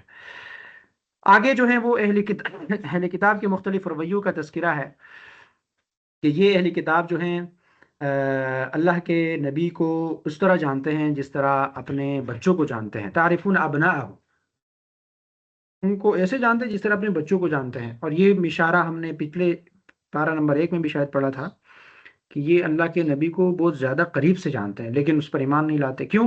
حسد کی وجہ سے اور مفادات کی وجہ سے۔ اسی لیے قرآن نے ان کو کہا کہ آپ کیوں انکار کرتے ہیں اللہ کے رسول کا، کہ آپ کو پتہ ہے کہ تورات کے اندر یا انجیل کے اندر جو ہے وہ واضح طور پر نشانیاں موجود تھی کہ یہ محمد مصطفیٰ صلی اللہ علیہ وسلم اللہ کے نبی ہیں، حق ہیں، سچ ہیں، اور اس کے باوجود آپ اس کو نہیں مانتے۔ پھر اللہ نے کچھ استثناء بھی کر دی، کہا کہ یہ اہل کتاب جو ہے نا وہ سب ایک جیسے نہیں ہیں، سب باغی نہیں ہیں، سب سرکش نہیں ہیں، سب حسد اور مفادات کے لیے کام نہیں کرتے۔ کچھ لوگ ایسے ہیں جو راتوں کو اٹھتے ہیں، اللہ کی آیات پڑھتے ہیں، سجدہ کرتے ہیں اور آنسو بہاتے ہیں۔ تو کچھ اچھائیاں بھی، اب دیکھیں یہاں سے مجھے اور آپ کو ایک پیغام سمجھ آ رہا ہے۔ اللہ قرآن کریم کے اندر یہودیوں کی بہت ساری برائیوں کا تذکرہ کر کے پھر یہ بھی کہتا ہے کہ یہ سب ایک جیسے نہیں ہیں، جو کچھ اچھے لوگ ہیں ان کا تذکرہ بھی کر رہا ہے۔ تو یہ میری اور آپ کے لیے پیغام ہے نا کہ ہم کسی اور فرقے کے لیے پھر ہم کہتے ہیں یہ فرقے میں یہ چیزیں ہیں، ان کا جو بانی ہے وہ یہ ہیں، ان کے مسائل یہ ہیں، ہم ساری برائیاں گنتے ہیں۔ اس فرقے میں اچھائی بھی تو ہو سکتی ہے لیکن ہم اچھائی بتاتے نہیں ہیں، یہی تو پھر قواریت ہے۔ اب قرآن سے سیکھے نا، قرآن کیا کر رہا ہے؟ قرآن جو ہے مخالف کی بیماریوں کا بھی ذکر کرتا ہے لیکن ساتھ میں ان کی اچھائیوں کو بھی بیان کرتا ہے کہ دیکھیں ان میں اچھے لوگ بھی ہیں۔ اور اسی طرح پھر آخر میں ایک تنبیہ کی گئی کہ مسلمان جو ہے وہ یہودیوں کی اطاعت نہیں کرے، ورنہ ان کی اطاعت کی وجہ سے آپ کفر کی طرف چلے جائیں گے۔ اس کا جو ہے شانی نزول یہ ہے کہ دو صحابی تھے، اوس اور خزرج کے دو انصار مسلمان تھے نا، دو مسلمان، وہ آپس میں بڑی محبت کے ساتھ بیٹھے ہوئے تھے اور گپ شپ کر رہے تھے۔ تو ایک یہودی وہاں سے گزر رہا تھا، ان کو دیکھ کے بڑی جلسی ہو گئی کہ یار یہ تو اوس اور خزرج کے وہ لوگ تھے جو ایک زمانے میں آپس میں لڑتے تھے، اور آج اسلام نے آ کے ان کو متحد کر دیا، اور یہ دیکھیں کتنے پیار اور محبت سے بات کر رہے ہیں۔ تو مسلمانوں کا یہ اتحاد اور اتفاق ان سے ہضم نہیں ہوا۔ تو اس یہودی نے ایک نوجوان یہودی کو بتایا کہ آپ ایسا کریں، ان دونوں کے درمیان جا کے بیٹھیں اور ان دونوں کو اپنی پرانی زمانے کی کہانیاں سنائیں کہ اوس اور خزرج دو قبیلے آپس میں کیسے لڑتے تھے، کیسے ایک دوسرے کو مارتے تھے۔ تو وہ نوجوان یہودی آیا اور ان کے سامنے قصیدے پڑھنا شروع کر دیے اس نے۔ تو اس نے جب قصیدے پڑھنے شروع کر دیے تو دو جو مسلمان بیٹھے تھے تو وہ دونوں آپس میں گرم ہو گئے اور ان کی لڑائی ہو گئی۔ تو جیسے ہی لڑائی ہوگی اس دوران محمد مصطفیٰ صلی اللہ علیہ وسلم تشریف لائے۔ اس نے جب دیکھا تو اللہ کے رسول غصہ ہو گئے کہ آپ جاہلیت والا کام اب بھی کر رہے ہیں۔ تو ان دونوں کو چھڑایا اور پھر یہ آیت نازل ہوئی کہ اگر آپ یہودیوں کی اتباع کریں گے، اب دیکھیں وہ بندہ آ کے آپ کے سامنے بیٹھا تھا اور آپ کے سامنے کہانیاں سنا کے آپ دونوں کو آپس میں لڑا لیا، تو اگر آپ ایسا کریں گے تو یہ آپ کو کفر کی طرف پلٹا دیں گے۔ اگر آپ اس طرح کے ایک دوسرے کی لڑائی کریں گے اور ایک دوسرے کی تضحیق کریں گے تو ظاہر ہے یہ تو کفر کی اتباع ہے، آپ کفر کی طرف چلے جائیں گے۔ تو اسی لیے مسلمانوں کو کہا گیا کہ آپ یہودیوں اور اہل کتاب کی تابعداری نہ کریں۔ اچھا، اس کے بعد بہت اہم موضوع جو غزوہ بدر کا تذکرہ تو پچھلے پارے میں بھی ہوا تھا، اور یہاں پہ غزوہ احد، اس کو تفصیلی غزوہ احد کو بیان کیا گیا ہے چوتھے پارے کے اندر۔ یاد رکھیے گا غزوہ احد جو ہیں وہ بدر کے ایک سال بعد شوال یعنی 3 ہجری میں مدینہ منورہ کے شمال میں احد پہاڑ کے قریب یہ معرکہ پیش آیا تھا۔ اس جنگ میں مسلمانوں کی تعداد تقریباً 700 تھی، جبکہ قریش مکہ کی تعداد 3000 کے لشکر کی تھی۔ اس معرکے میں 70 مسلمان شہید ہوئے، جبکہ مشرکین کے بھی کئی افراد مارے گئے تھے، اور جنگ کا نتیجہ جو ہے وہ فیصلہ کن نہ رہا، یعنی مگر مسلمانوں کو سخت آزمائش سے گزرنا پڑا۔ سب سے پہلے اس پوائنٹ کو سمجھے کہ جنگی احد کے اسباب کیا تھے۔ تو غزوہ بدر میں شکست اور بڑے جانی اور مالی نقصان نے قریش کے دلوں میں شدید انتقام کی آگ بھڑکا دی تھی۔ انہوں نے بدلہ لینے کا پختہ ارادہ کیا تھا، اور مزید یہ کہ مسلمانوں کی بڑھتی ہوئی طاقت نے ان کی تجارتی راستوں کو بھی بڑا متاثر کیا تھا، جس سے ان کی معیشت کو نقصان پہنچ رہا تھا۔ تو قریش کے سرداروں نے باہم مشورہ کر کے بڑے پیمانے پر ایک جنگ کی تیاری کی، تجارتی منافع کو اسی مقصد کے لیے وقف کیا اور ارد گرد کے قبائل کو ساتھ ملا لیا اور ایک منظم لشکر تیار کیا۔ اور انہوں نے پھر کیا کیا، یہ تیاری کر لی تو مدینہ میں محمد مصطفیٰ صلی اللہ علیہ وسلم نے بھی مشاورت کر لی اور تیاری کرنے کے لیے آگے بڑھے۔ یعنی قریش کی پیش قدمی کی خبر جب اللہ کے رسول کو پہنچی تو آپ صلی اللہ علیہ وسلم نے صحابہ کرام سے مشورہ فرمایا، اور آپ صلی اللہ علیہ وسلم کی رائے یہ تھی کہ مدینہ کے اندر رہ کے دفاع کیا جائے، مگر کچھ نوجوان صحابہ ایسے تھے ان کی وہ یہ کہتے تھے کہ شہر سے باہر نکل کر مقابلہ کیا جائے۔ اللہ کے رسول خود کہتے تھے کہ مدینہ کے اندر کیا جائے مقابلہ، اور کچھ نوجوان صحابہ نے کہا کہ نہیں، باہر جا کے مقابلہ کیا جائے۔ تو چنانچہ اکثریت کی رائے کو قبول کرتے ہوئے آپ صلی اللہ علیہ وسلم نے احد کے میدان میں جا کر مقابلہ کرنے کا فیصلہ فرمایا۔ تو ابتدائی طور پر تقریباً 1000 افراد لشکر میں شامل تھے، لیکن راستے میں عبداللہ بن ابی جو منافقین کا سردار تھا وہ اپنے ساتھیوں سمیت تقریباً 300 افراد کو لے کر واپس لوٹ گئے۔ تو یوں مسلمانوں کی تعداد 1000 سے کتنی رہ گئی؟ 700 رہ گئی۔ تو قرآن کریم نے اس موقع پر منافقین کے اس طرز عمل کو واضح فرمایا اور اس آزمائش کو اہل ایمان اور اہل نفاق کے درمیان ایک امتیاز کا ذریعہ بھی بتایا۔ کہ اسی سے پتہ چلا کہ کون منافق ہیں اور کون پکا مسلمان ہے۔ پھر میدان احد میں پہنچ کر رسول اللہ صلی اللہ علیہ وسلم نے حکمت عملی ترتیب دی۔ آپ صلی اللہ علیہ وسلم نے ایک اہم پہاڑی جبل رما، اس پر 50 تیر انداز کو مقرر کیا اور سختی سے تاکید کی کہ وہ ہر حال میں اپنی جگہ نہ چھوڑے، چاہے مسلمان غالب ہو یا وقتی طور پر پسپا ہو، لیکن آپ کا کام یہ ہے کہ آپ اس پہاڑ پر مضبوطی سے کھڑے رہیں۔ اس کی وجہ یہ ہے کہ عقب سے اس پہاڑی کے پیچھے سے حملہ ہو سکتا ہے، تو آپ یہ اوپر جو چوٹی ہے اس پہ بیٹھ کے، یعنی 50 تیر انداز بڑی تعداد ہے، آپ اوپر سے بیٹھ کے جو لوگ وہاں سے آ رہے ہیں تو وہاں سے آپ ان کو قابو کریں، نیچے جو ہیں پہاڑی کے نیچے ہم موجود ہیں، ہم یہاں ان کو قابو کر لیں گے، یعنی ہم پہ کوئی دو طرفہ حملہ نہ ہو کہ نیچے سے یہ ہے اور اوپر سے بھی کوئی آ جائے، ان کا دوسرا قافلہ آ جائے۔ تو وہ 50 تیر اندازوں کی یہ ذمہ داری لگا دی گئی کہ آپ ادھر یہ کام کریں۔ تو جب جنگ شروع ہوئی تو مسلمانوں نے غیر معمولی شجاعت کا مظاہرہ کیا۔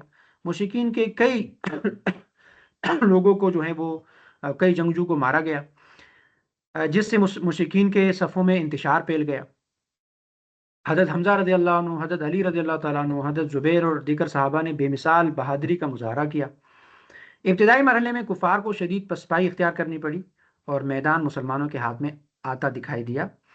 جب کفار پیچھے ہٹنے لگے تو بعض تیر اندازوں نے یہ سمجھا، جو اوپر چوٹی پہ جس کو اللہ کے رسول نے بٹھایا تھا، انہوں نے یہ سمجھا کہ جنگ تو ختم ہو گئی ہے اور کافر تو جو ہے وہ بھاگ رہے ہیں، تو چلے جی ہم نیچے اتر جاتے ہیں۔ تو انہیں واضح حکم تھا کہ کسی حال میں بھی اپنی پوزیشن نہ چھوڑے۔ ان کے امیر سے عبداللہ بن جبیر، انہوں نے انہیں روکا کہ آپ نہ جائیں۔ اللہ کے رسول نے کہا تھا کہ آپ نہیں جائیں گے، جنگ ہم جیتے یا ہارے ہم نے نیچے نہیں جانا، لیکن ان کی بات، امیر کی بات کو لوگوں نے نہیں مانا، اکثر افراد نیچے اتر آئے۔ تو اسی موقع سے فائدہ اٹھاتے ہوئے خالد بن ولید، جو اس وقت مسلمان نہیں ہوئے تھے، انہوں نے اسی چوٹی پہ پیچھے سے آ کے حملہ کیا۔ تو جب انہوں نے حملہ کیا، کیونکہ تیر انداز تو نیچے آئے تھے، امیر کی بات نہیں مانی تھی، اور پیچھے سے خالد بن ولید نے اپنے قافلے سمیت حملہ کیا، تو مسلمان دو طرف سے یعنی گر گئے، اور درمیان کا جو جنگ کا جو نقشہ تھا، میدانی نقشہ، وہ بالکل بدل گیا کہ اوپر سے بھی کافر آ گئے اور نیچے سے بھی۔ تو صفوں میں انتشار پھیل گیا اور شدید افراتفری پھیل گئی، اور اسی معرکے میں حضرت حمزہ رضی اللہ تعالیٰ عنہ نے بے مثال شجاعت کا مظاہرہ کیا تھا، مگر وحشی کے نیزے سے وہ شہید ہوئے تھے، اور ان کی شہادت مسلمانوں کے لیے نہایت صدمہ انگیز تھی۔ اس دوران پھر مزید ایک افواہ بھی پھیل گئی، اور وہ افواہ یہ تھی کہ محمد مصطفیٰ صلی اللہ علیہ وسلم فوت ہو گئے۔ کسی نے یہ پیغام چلا دیا، کیونکہ دیکھیں دونوں طرف سے مسلمانوں کو گھیر لیا، تو اب کسی نے یہ افواہ پھیلا دی کہ محمد مصطفیٰ صلی اللہ علیہ وسلم شہید ہو گئے۔ تو اس خبر نے بہت سے مسلمانوں کے حوصلے پست کر دیے اور لشکر میں شدید انتشار پیدا ہو گیا۔ تو قرآن کریم نے اس کیفیت کا ذکر کرتے ہوئے فرمایا کہ اس آزمائش کا مقصد اہل ایمان کی تربیت اور تمیز تھا، کہ اب پتہ چلے کہ کون سچا مسلمان ہے اور کون منافق ہے۔ تو تاہم جب صحابہ کو معلوم ہوا کہ رسول اللہ صلی اللہ علیہ وسلم زندہ ہیں، تو دوبارہ وہ آپ صلی اللہ علیہ وسلم کے گرد جمع ہوئے اور دفاع میں ڈٹ کر رہے ہیں۔ تو آپ ذرا غور کیجیے گا، انتہائی نازک حالات میں بھی اللہ کے رسول صلی اللہ علیہ وسلم میدان میں ثابت قدم رہے۔ چند صحابہ کرام نے آپ صلی اللہ علیہ وسلم کے گرد حفاظتی حصار قائم رکھا، اور آپ صلی اللہ علیہ وسلم کے صحابہ نے اپنے جانوں کا نذرانہ پیش کیا۔ اللہ کے رسول کے سامنے کھڑے ہوتے تھے، تیر آتے تھے، تیر ان کو لگتے تھے، وہ گرتے تھے، دوسرے آتے تھے، ان کو لگتے تھے، اور اللہ کے رسول کی حفاظت کرتے رہے۔ اس دوران آپ صلی اللہ علیہ وسلم زخمی بھی ہوئے، مگر استقامت کے ساتھ صحابہ کو سنبھالتے ہوئے اور منظم کرتے رہے۔ غزوہ احد کے بھی کئی نتائج ہمیں ملتے ہیں۔ یہ مسلمانوں کے لیے ایک بڑی آزمائش بھی تھی، اس جنگ میں بڑی آزمائش ثابت ہوئی۔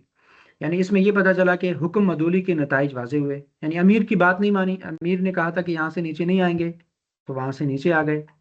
تو مسلمانوں کو ایک فتح ملی ہوئی فتح تھی، لیکن ایک حکم عدولی کی وجہ سے وہ تقریباً شکست میں تبدیل ہو گئی تھی، لیکن اللہ کے رسول صلی اللہ علیہ وسلم کی ثابت قدمی کی وجہ سے پھر ایک طرح سے کفار ہی بھاگ گئے، مسلمانوں کو اللہ نے ایک طرح سے فتح دے دی۔ تو اہل ایمان اور منافقین کے درمیان فرق بھی نمایاں ہوا، کیونکہ درمیان میں عبداللہ بن ابی 300 لوگوں کو لے کے واپس ہوئے۔ صبر، اطاعت اور نظم و ضبط کی اہمیت بھی اس میں اجاگر ہوئی، اور یہ حقیقت واضح ہوئی کہ فتح و شکست کا مدار صرف ظاہری اسباب پر نہیں ہوتا، بلکہ اللہ کی اطاعت پر ہوتا ہے۔ اب دیکھیں غزوہ بدر میں 313 تھے، دوسری طرف وہ 1000 سے زیادہ تھے، ادھر یہ 700 تھے تو دوسری طرف 3000 سے زیادہ تھے، لیکن پھر بھی مسلمانوں کو اس طرح شکست نہیں ہوئی۔ تو قرآن کریم نے اس واقعے کو تربیتی انداز میں بیان کیا، اور مسلمانوں کو آئندہ کے لیے اصلاح، صبر، تقوی ان چیزوں کی تلقین کی ہے۔ تو یہ غزوہ احد کو ذرا تفصیل سے اس پارہ نمبر 4 کے اندر تفصیل سے بیان کیا گیا ہے، اور یہی تھا کہ اس میں اس کی حکمتیں کیا تھی۔ اس میں جو امتحان آیا وہ یہ دیکھنا تھا کہ کون کس کا ایمان جو ہے وہ زیادہ مضبوط ہے، وہ استقامت دکھا رہا ہے، اور سچے مومنوں اور منافقوں میں فرق واضح کرنا تھا، جو کہ عبداللہ بن ابی کا میں نے آپ کو بتایا۔ اسی طرح اللہ کے جو خوش نصیب لوگ تھے ان کو اللہ نے شہادت دی، اور شہادت کے درجے پر ان کو فائز کر دیا۔ یہ ان کے مقاصد تھے۔ اور پھر آگے یہودی سازشوں اور گستاخیوں کا تذکرہ ہے کہ یہ یہودی کہتے تھے کہ جب ان سے جہاد، اعلاء کلمت اللہ، اقامت دین کے لیے جب فنڈنگ کی اپیل کی جاتی، اعانت اور ڈونیشن کی کال دی جاتی، تو یہ منافقین اور یہ یہودی کیا کرتے تھے، یہ افواہ بلاتے تھے اور یہ بات کرتے تھے کہ یار ان مسلمانوں کا اللہ جو ہے نا وہ فقیر ہے، اس لیے ہم سے مانگ رہا ہے۔ مسلمانوں کا خدا جو ہے وہ فقیر ہے، اس لیے وہ ہم سے پیسے مانگ رہا ہے، یعنی ہم سے ڈونیشن مانگ رہا ہے۔ تو یہ ایک گستاخی کرتے تھے اس طرح کے الفاظ استعمال کر کے نا۔ تو اللہ نے اس کی تردید کی ہے۔ اللہ نے کہا کہ یہ بہت ہی بری بات کر رہے ہیں۔ اس کو آپ یوں سمجھ لیجیے نا کہ جب کسی ایک یہودی نے یہ کہا کہ اللہ، آپ کا اللہ بڑا فقیر ہے، ہم مالدار ہیں، تبھی تو آپ کا اللہ ہم سے مانگ رہا ہے، تو ابوبکر صدیق رضی اللہ تعالیٰ عنہ کو بڑا غصہ آیا، اور اس نے کہا میں آپ کو قتل کروں گا، چھوڑوں گا نہیں، میں آپ کو قتل کروں گا، چھوڑوں گا نہیں۔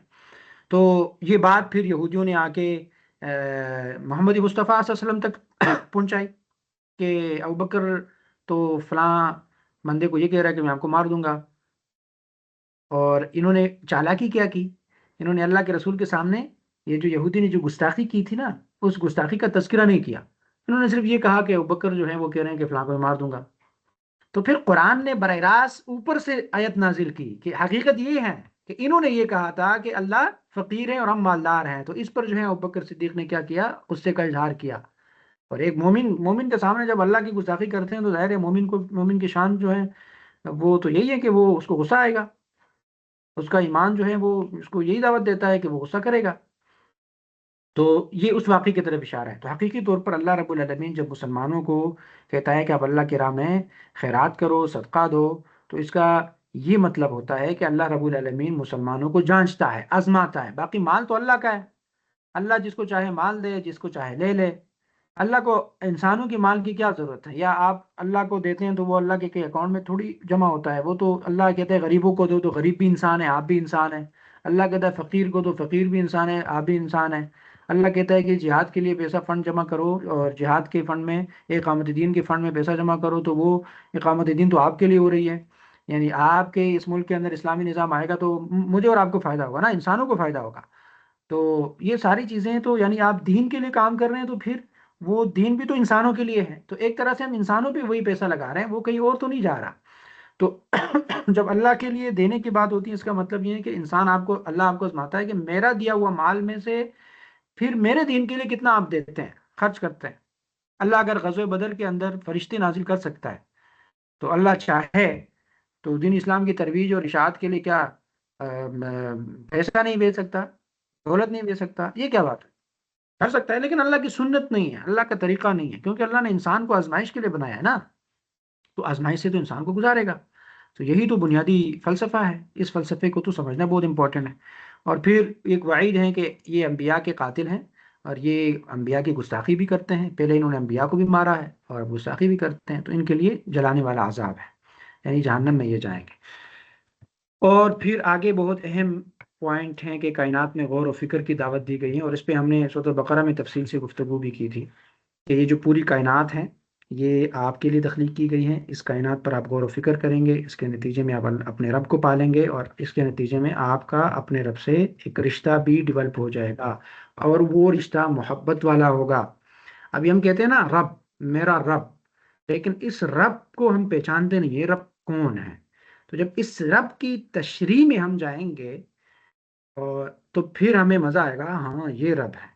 اور رب کی تشریح میں جانے کے لیے اس پوری کائنات پر غور کرنا بہت ضروری ہے، کائنات کے ذرے ذرے پر، یعنی آسمان کی تخلیق پر، زمین کی تخلیق پر، انسان کی تخلیق پر، حیوانات کی تخلیق پر، یہ ہر ایک چیز الگ ایک چیپٹر ہے، ایک باب ہے۔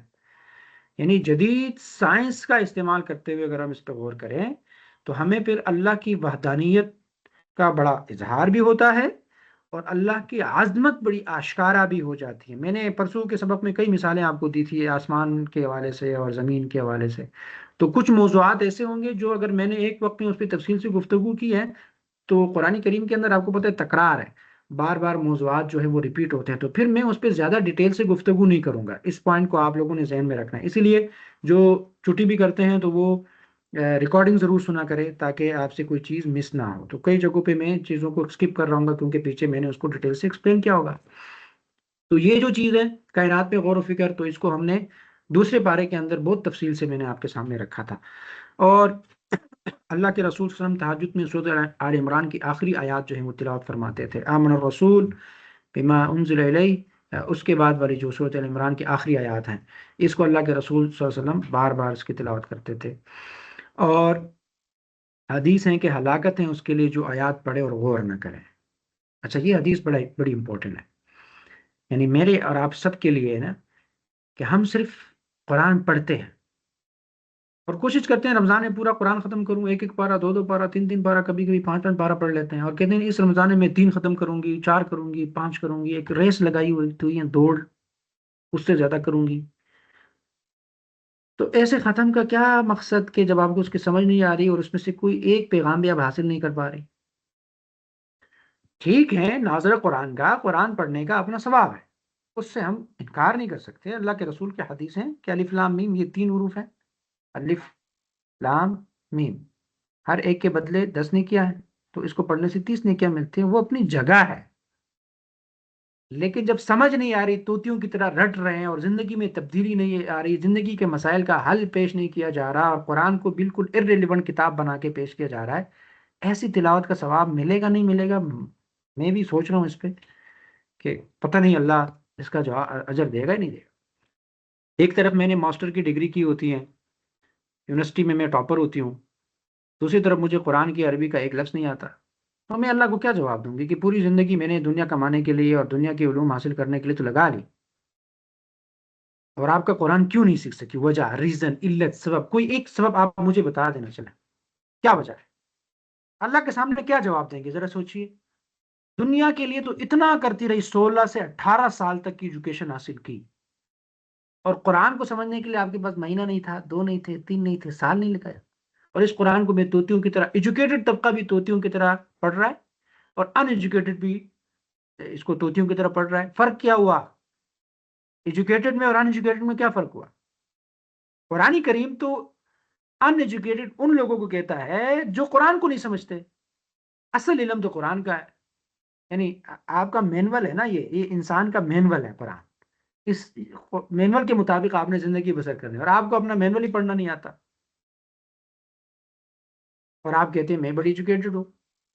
تو یہ بڑا لمحہ فکریہ ہے، اور اسپیشلی آپ سب ایجوکیٹڈ ہیں الحمدللہ، آپ سب تو خوش قسمت بھی ہیں کہ اللہ نے آپ کو موقع دیا اور آپ لوگ قرآن سوچنے کے سمجھنے کے لیے ادھر موجود بھی ہیں، اور آگے بھی اس کنیکشن کو جاری رکھیں گے، تسلسل کو انشاءاللہ جاری رکھیں گے۔ لیکن آپ ذرا اپنے آپ پر بھی سوچیں نا کہ آج تک میں نے قرآن کو سمجھنے کی کتنی کوشش کی، میں اس سے غافل کیوں رہی؟ میں اللہ کو کیا جواب دیتی اگر اللہ نے یہ موقع مجھے نہ دیا ہوتا؟ اصل کام ہے قرآن کو سمجھنا، اور قرآن کو سمجھنے کے لیے قرآن کی آیات پر غور کرنا پڑتا ہے، کائنات پر بھی غور کرنا پڑتا ہے، ایک ایک آیت پر تدبر اور تفکر کریں گے، اسی سے نصیحت حاصل کی جا سکتی۔ یہاں تک سورۃ البقرہ کا اختتام ہو جاتا ہے، آگے پھر سورۃ النساء کا آغاز ہوتا ہے۔ سورۃ النساء دراصل پورے سوسائٹی کے لیے ایک بنیاد ہے، ایک معاشرتی نظام کی ایک بنیاد ہے۔ اس کے آغاز میں یہ بات کی گئی ہے کہ اللہ رب العالمین نے تمام انسانوں کو ایک ہی جان سے بنایا ہے، تمام انسانوں کو ایک ہی جان سے بنایا ہے۔ اور پھر آگے جو ہیں خواتین کے حقوق، وراثت کی باتیں ہو رہی ہیں، یتیموں کی کفالت اور خاندانی قوانین کا تفصیل سے ذکر ہے۔ تو آغاز میں کہا یا ایھا الناس اتقوا ربکم، اے لوگو اللہ سے ڈرو، اپنے رب سے ڈرو، الذی خلقکم من نفس واحدۃ، وہ رب جس نے آپ کو ایک جان سے پیدا کیا ہے، وخلق منها زوجها وبث منهما رجالا كثيرا ونساء، اسی سے پھر جوڑے پیدا کر دیے، مرد ہیں خاتون ہیں، مؤنث اور مذکر پیدا کر دیے. تو یعنی واتقوا اللہ الذی تساءلون به والارحام ان اللہ کان علیکم رحیما، یعنی تم اللہ سے ڈرو. اور مرد اور خاتون ہونے کی وجہ سے کوئی فضیلت اس وجہ سے نہیں ہے کہ مرد کوئی کام کرے گا تو اس کو زیادہ اجر ملے گا اور خاتون جو کام کرے گی تو اس کو کم ملے گا، ایسا کوئی کانسیپٹ نہیں ہے. دونوں اس میں برابر ہے. نماز مرد بھی پڑھ رہا ہے خاتون بھی پڑھ رہے ہیں، دونوں کو برابر اجر مل رہا ہے. ذکر خاتون بھی کر رہی ہے مرد بھی کر رہا ہے، دونوں کو برابر اجر مل رہا ہے. اجر و ثواب کے حساب سے دونوں میں کوئی تمیز نہیں ہے، کوئی فرق نہیں ہے، کوئی افراق نہیں. دونوں کو ایک جیسے اللہ ڈیل کرتا ہے. ٹھیک ہے. البتہ کل کے سبق میں ہم پڑھ رہے ہوں گے کہ درجات کے لحاظ سے کیا تقسیم ہے، اس کو ہم کل دیکھیں گے. پھر آگے دیکھتے ہیں یتیموں کے حقوق کی بات ہوتی ہے مکہ کے اندر. مدینہ کے اندر دیکھیں جنگ احد ہوا، اس سے پہلے بدر ہوا تھا، پھر احد ہوا. احد کے اندر 70 مسلمان شہید ہو گئے. تو ظاہر ہے 70 مسلمانوں شہید ہو گئے تو ان کے پیچھے ان کے بچے رہ گئے نا، ان کی وائف جو ہیں وہ رہ گئی، تو یتیموں کی ایک بڑی تعداد بن گئی. تو وہیں پہ مدینہ کے اندر یہ ایک رسم تھا کہ یتیموں کا مال لوگ کھاتے تھے، یتیموں کا مال استعمال کرتے تھے، تو یتیموں کا خیال نہیں رکھتے تھے. تو اس لیے اچھا یتیموں سے شادی کر لیتے تھے، شادی کرنے کے بعد پھر ان کو چھوڑ دیتے تھے، ان کا مال کھا کے ان کو فارغ کر دیتے تھے. تو یہ مختلف قسم کے رسوم تھے. تو خصوصی طور پر یتیموں کے حقوق کے حوالے سے یہاں بات ہوئی، اور رہتی دنیا تک یتیموں کے لیے یہ اصول ہے، میرے اور آپ کے لیے یہ کہ یتیموں کا مال ظلم سے کھانا یہ اپنے پیٹ میں آگ بھرنے کے مترادف ہے. تو لہٰذا اگر میرے اور آپ کے گھر میں بھی یتیم ہے تو ان کے اموال کی ہمیں حفاظت کرنی چاہیے. اگر وہ بالغ نہیں ہے تو ان کے مال کو اچھی جگہ انویسٹ کریں تاکہ ان کو فائدہ ملے، اس سے آپ کا کوئی سروکار نہ ہو. یعنی آپ اس میں اپنے لیے ڈنڈی نہ مار رہے ہو، اپنے لیے راستے نہ کھول رہے ہو. ان کی مال کی آپ پاسبان ہیں، محافظ ہیں، حفاظت کریں. جب وہ بالغ ہو جائے تو ان کا مال ان کو واپس لوٹا دے، اور جہاں انویسٹمنٹ کی ہے وہ ان کو سمجھا دے کہ یہاں آپ کی انویسٹمنٹ ہے. اور یہ ہو سکتا ہے، ضروری نہیں ہے کہ ہمارے گھروں میں یتیم نہ ہو، یتیم ہو سکتے ہیں. تو ان کے اموال کا بہت خیال رکھنا ہے. 1 روپے بھی یتیم کا کھایا نا تو یہ پیٹ میں آگ ڈالنے کے مترادف ہے. اور ایسا بھی ہے کہ اگر آپ کو خود ہی مال استعمال کرنے کا طریقہ نہیں آتا، آپ کے گھر میں یتیم ہے اور آپ کو خود بھی پتہ نہیں ہے کہ پیسے کہاں استعمال کرنے ہیں، کیسے کرنے ہیں، تو آپ ان کے پیسے ضائع نہیں کریں گے. آپ کے اندر اگر صلاحیت نہیں ہے تو آپ ان کے مال کو استعمال نہ کریں. ایسا نہ ہو کہ آپ ایسی جگہ پہ انویسٹ کر دیں کہ وہاں مکمل لاس ہو جائے، مکمل نقصان ہو جائے، اور وہ بیچارہ بلوغت تک پہنچنے کے بعد اس کے پاس کچھ نہ رہے. اس نے آگے زندگی گزارنی ہے اور اس کا جو باپ کا دیا ہوا جو مال تھا وہ آپ نے اڑا دیا بغیر صلاحیت کے. آپ نے اس کو یعنی آپ کا تجربہ نہیں تھا اور آپ نے کہیں اسی جگہ انویسٹ کر دیا. تو اس کا بھی خیال رکھا جائے. تو یتیموں کے حقوق کے بارے میں یہاں تفصیلی گفتگو ہے کہ اس کا خیال رکھا جائے. آگے جو اہم پوائنٹ ہیں وہ ہیں نکاح اور عدل کا پیمان. مہر کے بارے میں یہ بات ہے کہ عورت کا بنیادی حق ہے کہ مہر کو جو ہے وہ خوش دلی سے حاصل کرے. لیکن یہ اختیار بھی ہے کہ اگر کوئی عورت چاہتے ہیں کہ جی مجھے مہر نہیں چاہیے، میں معاف کرتی ہوں، بس ٹھیک ہے، بغیر مہر کی اس کی شادی ہو سکتی ہے. یہ عورت کے لیے ہے اور عورت کا حق ہے، وہ چاہے مانگ سکتی ہے، چاہے معاف بھی کر سکتی ہے. پھر ایک اہم پوائنٹ یہاں ہے تعددی ازدواج کا، ایک سے زیادہ بیویاں جمع کرنے کا. وَإِنْ خِفْتُمْ أَلَّا تُقْسِطُوا فِي الْيَتَامَى فَانكِحُوا مَا طَابَ لَكُم مِّن نِّسَاءِ مَثْنَى وَثُلَاثَ وَرُبَاعَ فَإِنْ خِفْتُمْ أَلَّا تَعْدِلُوا فَوَاحِدَةً أَوْ مَا مَلَكَتْ أَيْمَانُكُمْ ذَلِكَ أَدْنَىٰ أَلَّا تَعُولُوا. یعنی ایک سے زائد بیویاں شادیاں کرنا، یہ سورۃ النساء کے اندر، یہ ادھر چوتھے پارے کے اندر یہ اہم موضوع ہے. اس کو بھی ذرا سمجھتے ہیں. یاد رکھیے گا اسلام نے تعددی ازواج یعنی ایک سے زیادہ شادی کی اجازت دی ہے، لیکن یہ اجازت مطلق اور بے لگام نہیں ہے، سخت شرائط اور واضح حدود کے ساتھ. بعض لوگ خصوصاً مغرب کے ناقدین یہ اعتراض کرتے ہیں کہ اسلام نے مردوں کو بے شمار بیویاں رکھنے کی اجازت دی ہے، حالانکہ اس کے حقیقت اس کے بالکل برعکس ہے. اسلام نے نہ تو تعددی ازدواج کی بنیاد رکھی اور نہ اسے پروان چڑھایا اور نہ اسے غیر محدود رکھا، بلکہ یہ رواج پہلے سے موجود تھا. اسلام نے اس رواج کو محدود بھی کیا اور منظم بھی کیا. اسلام سے پہلے دنیا کے مختلف معاشروں میں ایک مرد کے لیے کئی کئی بیویاں رکھنا عام سی بات تھی اور اس کی کوئی حد ہی مقرر نہیں تھی. یعنی آپ اندازہ لگائے نا، بعض لوگ جب اسلام میں داخل ہوئے تو ان کے نکاح میں 10 بیویاں موجود تھیں، تو اسلام نے آ کر اس تعداد کو زیادہ سے زیادہ 4 تک محدود کر دیا. یعنی جو اسلام لا تھا، اللہ کے رسول کہتے کہ جی 4 بیویاں ہیں، باقی چھوڑ دو. ایک روایت ہے کہ ایک آیا اس کے 10 تھے، تو اللہ کے رسول نے کہا 4 چھوڑو، باقی 4 رکھو، باقی چھوڑ دو. ایک آیا اس کے 7 تھے، اسلام لایا تو اللہ کے رسول نے کہا 4 آپ کی بیویاں ہیں، باقی چھوڑ دو. تو اسلام نے محدود کیا ہے. اسلام پر لوگ آج الزام لگا رہے ہیں، تو اسلام نے ایسا نہیں کہ اسلام نے تو اس کو محدود کیا اور ساتھ عدل و انصاف کی سخت شرائط بھی لگا دی. یعنی اگر کوئی شخص انصاف نہ کر سکے تو اسے ایک ہی بیوی پر اکتفا کرنے کا حکم دیا گیا. اس سے واضح ہوتا ہے کہ اسلام نے بیرا روی کو ختم کیا ہے اور ایک منظم خاندانی نظام کو قائم کیا ہے. اور اسلامی قوانین دراصل انسانی فطرت اور حقیقی ضروریات کو سامنے رکھ کر بنائے گئے ہیں، نہ کہ جذبات یا وقتی نعروں کی بنیاد پر. یہ جو تعددی ازواج کا مسئلہ ہے، ایک سے زائد بیویوں کا مسئلہ ہے، اس کا بھی اصول یہی ہے. یعنی اسی اصول کے تحت اس کو سمجھنا چاہیے. یعنی زندگی کے مختلف حالات میں مرد عموماً عورتوں کے نسبت زیادہ خطرات کا سامنا کرتے ہیں. مثلا جنگوں میں، حادثات میں زیادہ تر مرد ہی مر جاتے ہیں نا، مرد ہی جان سے جاتے ہیں. تو اس طرح بعض اوقات معاشرے میں عورتوں کی تعداد مردوں سے زیادہ بڑھ جاتی ہے. تو اس طرح یہ بھی حقیقت ہے کہ مرد کی جنسی زندگی عموماً عورت کی نسبت زیادہ طویل بھی ہوتی ہے، جبکہ عورت ایک عمر کے بعد فطری طور پر اس مرحلے سے گزر جاتی ہے. مزید یہ ہے کہ اس کے علاوہ معاشرے میں دیکھیں آپ، بیوہ اور مطلقہ خواتین بھی ہوتی ہے جو کسی وجہ سے شوہر سے محروم ہو جاتی ہے. تو اگر تعددی ازواج کی اجازت نہ ہو، ایک سے زائد بیویاں رکھنے کی اجازت نہ ہو، تو ایسی بہت سی عورتیں ساری عمر تنہا رہنے مجبور ہو جائیں گی. ان کی فطری خواہشات، جذبات اور معاشی ضروریات کا پھر کیا حل ہے؟ یہ مسئلہ صرف پہلی بیوی کے زاویے سے نہیں دیکھنا چاہیے، بلکہ اس دوسری عورت کے زاویے سے بھی دیکھنا چاہیے جو ایک باعزت نکاح کی خواہش رکھ رہی ہے اور گھر میں بیٹھی ہوئی ہے.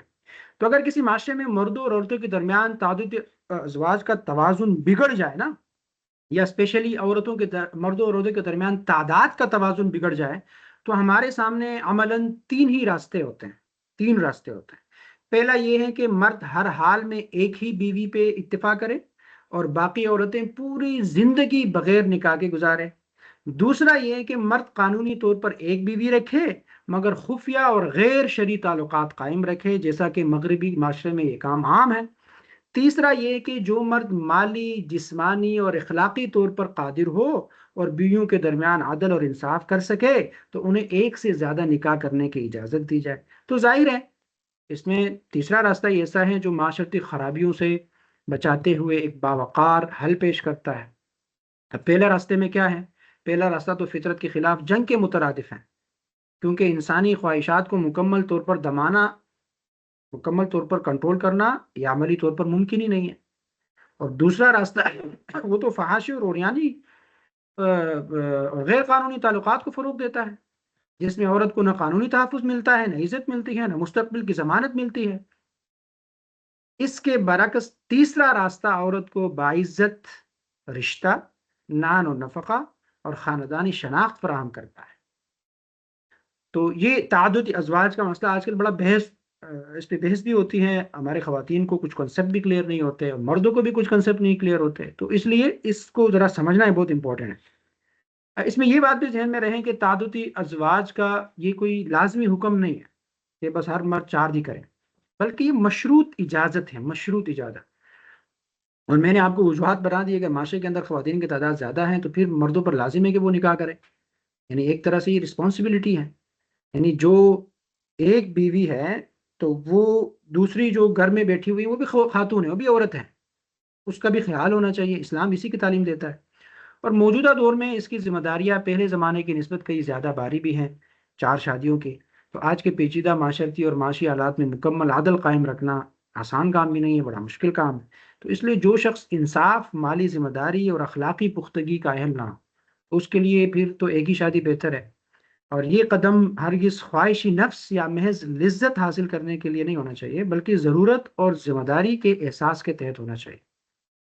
اب اگر تاریخ پہ نظر دوڑائیں نا، تو تاریخ بھی اس حقیقت کی گواہ ہے کہ بعض اوقات معاشروں کو اس قانون کی ضرورت محسوس ہوئی. دوسری عالمی جنگ کے بعد بعض یورپی ممالک میں مردوں کی تعداد بڑھی، عورتوں کی تعداد جو ہے وہ یعنی مردوں کی بڑی تعداد کے مارے جانے کے باعث عورتوں کی تعداد زیادہ ہو گئی، تو اس وقت بعض لوگوں نے، دانشوروں نے تعددی ازواج کے قانون پر غور کرنے کی بات کی کہ یار ایک سے زائد شادی کے لیے قانون بنا دے تاکہ لوگ زیادہ شادی کر لیں، کیونکہ وہ عورتیں ایسی رہ گئی ہیں۔ مگر مذہبی اور سماجی دباؤ کے باعث یہ بحث پھر آگے نہ بڑھ سکی، اور نتیجتاً بہرا روی اور غیر قانونی تعلقات میں اضافہ ہوا، جو کہ آپ کے معاشرے کے ساخت کو خراب کرتے ہیں۔ اور یہ بھی حقیقت ہے کہ بعض مرد ایک سے زیادہ شادی کی خواہش تو رکھتے ہیں، اگر یہ خواہش محض نفس پرستی کی بنیاد پر ہو تو قابل مذمت ہے، لیکن بعض صورتوں میں یہ خواہش معقول بھی ہو سکتی ہے۔ مثلاً بیوی بانجھ ہو، یا مرد اولاد کا خواہش مند ہونا، یا کسی خاص مجبوری کی بنا پر ازدواجی زندگی میں مشکلات ہیں، تو ایسے حالات میں اگر جائز راستہ بند ہو تو لوگ پھر ناجائز راستوں کی طرف مائل ہو جاتے ہیں، جیسا کہ مغربی ممالک میں دیکھا جا سکتا ہے، جہاں قانوناً ایک سے زائد شادی ممنوع ہے مگر عملی طور پر ناجائز تعلقات کی بیل دی گئی ہے اور وہ عام ہے۔ تو آخر میں یہ بات بھی ہم سب کو تسلیم کرنی چاہیے کہ بعض مسلمان اس قانون کا غلط استعمال بھی کرتے ہیں اور عدل و انصاف کا خیال نہیں رکھتے، مگر یہ قانونی خرابی نہیں ہے بلکہ یہ افراد کی کمزوری ہے کہ جہاں 2 شادیاں 3 شادیاں ہوئی ہیں تو وہاں گھر نہیں بستے، وہاں طلاق ہو جاتی ہیں۔ تو یہ اس قانون کا مسئلہ نہیں ہے، یہ اس فرد میں مسئلہ ہے۔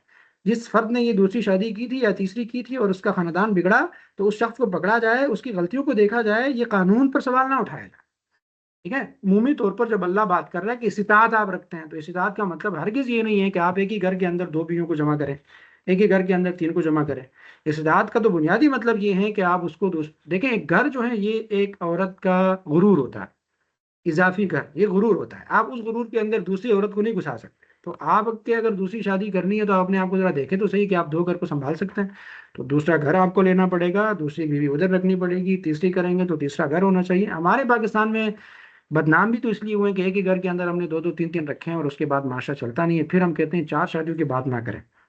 تو اس کے اندر حکمت یہ ہے، اس حکمت کے نتیجے میں یہ حکم دیا گیا ہے۔ قانون میں کوئی سقم نہیں ہے، کمزوری نہیں ہے، انسانوں اور افراد میں کمزوریاں ہیں۔ تو خلاصہ یہ ہوا کہ 4 شادیوں کی اجازت اسلام کا ایک حکیمانہ، فطری اور معاشرتی طور پر مفید قانون ہے۔ اس پہ نہ عورت کی تحقیر ہے اور نہ مرد کی بے لگام برتری ہے، بلکہ یہ ایک متوازن نظام ہے جو انسانی فطرت، معاشرتی ضروریات اور اخلاقی اقدار کو سامنے رکھ کر وضع کیا گیا ہے۔ اگر اسے عدل، تقوی اور ذمہ داری کے ساتھ سمجھا جائے اور اختیار کیا جائے تو یہ معاشرے کو بے حیائی سے اور خاندانی انتصار سے بچانے کا ایک مضبوط ذریعہ بن سکتا ہے۔ ٹھیک ہے جی، یہ تعددی ازدواج پہ میں نے تفصیلی آپ کے سامنے چیزیں رکھ دی۔ آگے ہیں، آگے بھی بہت اہم موضوع ہے قانونی وراثت۔ قانونی وراثت بھی اسی پارے کے اندر تفصیل سے ذکر کیا جا چکا ہے۔ یاد رکھیے گا، اسلام سے پہلے عرب معاشرے میں وراثت صرف طاقتوروں کو ملتی تھی، عورتوں اور بچوں کو اس قابل نہیں سمجھا جاتا تھا کہ ان کو بھی وراثت میں حصہ دیا جائے اور مال کے حقدار ان کو بنایا جائے، کیونکہ بچے اور عورت جنگ نہیں کرتے تھے اور مال غنیمت حاصل نہیں کرتے تھے۔ تو کیا ہوا کہ اس طرح یہودی بھی قانون میں زیادہ تر صرف بیٹے کو وراثت دیتے تھے، بیوی اور بیٹی کو محروم رکھتے تھے، کہتے تھے یہ تو گھر میں بیٹھی رہتی ہیں، یہ تو جنگ میں بھی نہیں جاتے۔ اس کا مطلب یہ کہ گویا پرانے زمانے میں اسلام سے پہلے کمزور افراد، خصوصاً عورتیں اور بچے، مکمل طور پر نظر انداز کیے جاتے تھے۔ اسلام نے کیا کیا؟ اسلام نے آ کر اس ناانصافی کو ختم کیا۔ قرآن مجید نے خود ورثاء کو قرآن مجید نے خود ورثاء کے حصے مقرر کر دیے، بیوی، ماں باپ سب کو حصہ دیا۔ یوں پہلی مرتبہ یہ ہوا کہ عورت کو باقاعدہ قانونی حق ملا۔ یہ کس نے کیا؟ قانون اور اسلام نے کیا۔ اسلام نے جو وراثت کا قانون بنایا ہے تو اس کی کئی حکمتیں ہیں، اس کی کئی حکمتیں ہیں، اور ان حکمتوں میں اگر ہم کچھ کو دیکھیں کہ وراثت جو ہے یہ اگر تقسیم ہوگی، سب سے پہلے تو یوں سمجھے کہ وراثت ہے کیا۔ تو وراثت کا مطلب یہ ہے کہ جب کوئی شخص وفات پا جائے تو اس کا مال، جائیداد یا کوئی اور حق اس کے زندہ رشتہ داروں کو منتقل کیا جائے۔ جو چیز مرنے والے کی ملکیت میں تھی اور جس پر کسی اور کا حق نہ ہو تو وہ ترکہ کہلاتا ہے۔ ترکہ کا لفظ استعمال ہوا ہے نا، یوصیکم اللہ فی اولادکم للذکر مثل حظ الانثیین، اور آگے پھر ترکہ کا لفظ آیا ہے۔ تو اسی کو شرعی اصول کے مطابق تقسیم کرنا، اس کو وراثت کہتا ہے۔ تو اسلام دراصل وراثت کی نظام کو لایا، اس کی کئی حکمتیں ہیں۔ یعنی اسلام دولت کو چند ہاتھوں میں جمع ہونے نہیں دیتا، وراثت کے ذریعے مال خاندان کے مختلف افراد میں تقسیم ہو جاتا ہے، اس طرح دولت کی گردش میں دولت جو ہے مسلسل گردش میں رہتی ہے اور معاشرے میں توازن رہتا ہے، یعنی ایک بندے کے پاس سب کچھ نہیں ہے۔ اور ارتکاز کا خاتمہ بھی ہو جاتا ہے کہ اگر سارا مال ایک ہی شخص کے پاس رہ جائے تو وہ طاقتور ہو جائے اور ناجائز دولت کا استعمال کر سکتا ہے، تو اس لیے وراثت اس قانون کو توڑ دیتا ہے، وراثت اس کو تقسیم کر دیتا ہے۔ اسی طرح معاشی تحفظ بھی ہے کہ اسلام نے ہر وارث کو حصہ مقرر کیا ہے، ماں کا، بیٹی کا، سب کا الگ الگ حصہ ہے، تو کسی کو کوئی محروم نہیں کر سکتا۔ اگر یہ انسان پر چھوڑ دیا جاتا نا تو پھر انسان کہتا ہے میرا جو یہ فلاں بیٹا ہے نا اس کو اتنا زیادہ دے دو، یہ جو فلاں ہے نا اس کو اتنا کم دے دو، یہ زیادہ تابعدار ہیں تو اس کو میں زیادہ دوں گا، یہ زیادہ تابعدار نہیں تو اس کو کم دوں گا۔ اسلام نے یہ چیز نکال دی، اسلام نے پہلے سے حصہ مقرر کر دیا ہے، آپ چاہے نہ چاہے یہ اس کو ملے گا۔ آپ کے وفات کے بعد یہ ساری جائیداد آپ کے بچوں میں اسی طرح تقسیم ہوگی، آپ کے رشتہ داروں میں تقسیم ہوگی۔ تو یہ معاشی تحفظ ہے، اگر یہ انسان پر چھوڑا جاتا تو اس میں جھگڑے ہوتے ہیں، ناانصافیاں ہوتی، دشمنیاں ہوتی، کیسز ہوتے، آج کل عدالتیں سارے اسی کیسز سے بھرے ہوتے۔ تو وراثت کا قانون اللہ نے خود بنایا اور اس میں ناانصافی کا خاتمہ ہوتا ہے، غیر وارثوں کا بھی اس میں خیال رکھا جاتا ہے کہ اگر تقسیم کے دوران، وراثت کے تقسیم کے دوران کوئی غیر وارث موجود ہے تو اللہ کہہ رہے ہیں ان کو بھی کچھ دے دو، ان کو بھی کچھ حصہ دے دو۔ تو یہ معاشرے میں ہمدردی اور تعاون کا جذبہ پیدا ہوتا ہے اس سے، اور جاگیرداری نظام کا بھی خاتمہ ہوتا ہے کہ بڑی بڑی جائیدادیں نسل در نسل ایک ہی خاندان کے ایک فرد کے پاس رہتی ہے، تو اس نظام کے تحت وہ تقسیم ہو جائیں گی، اس سے معاشی طاقت محدود نہیں رہتی بلکہ یہ بڑھ جائے گی۔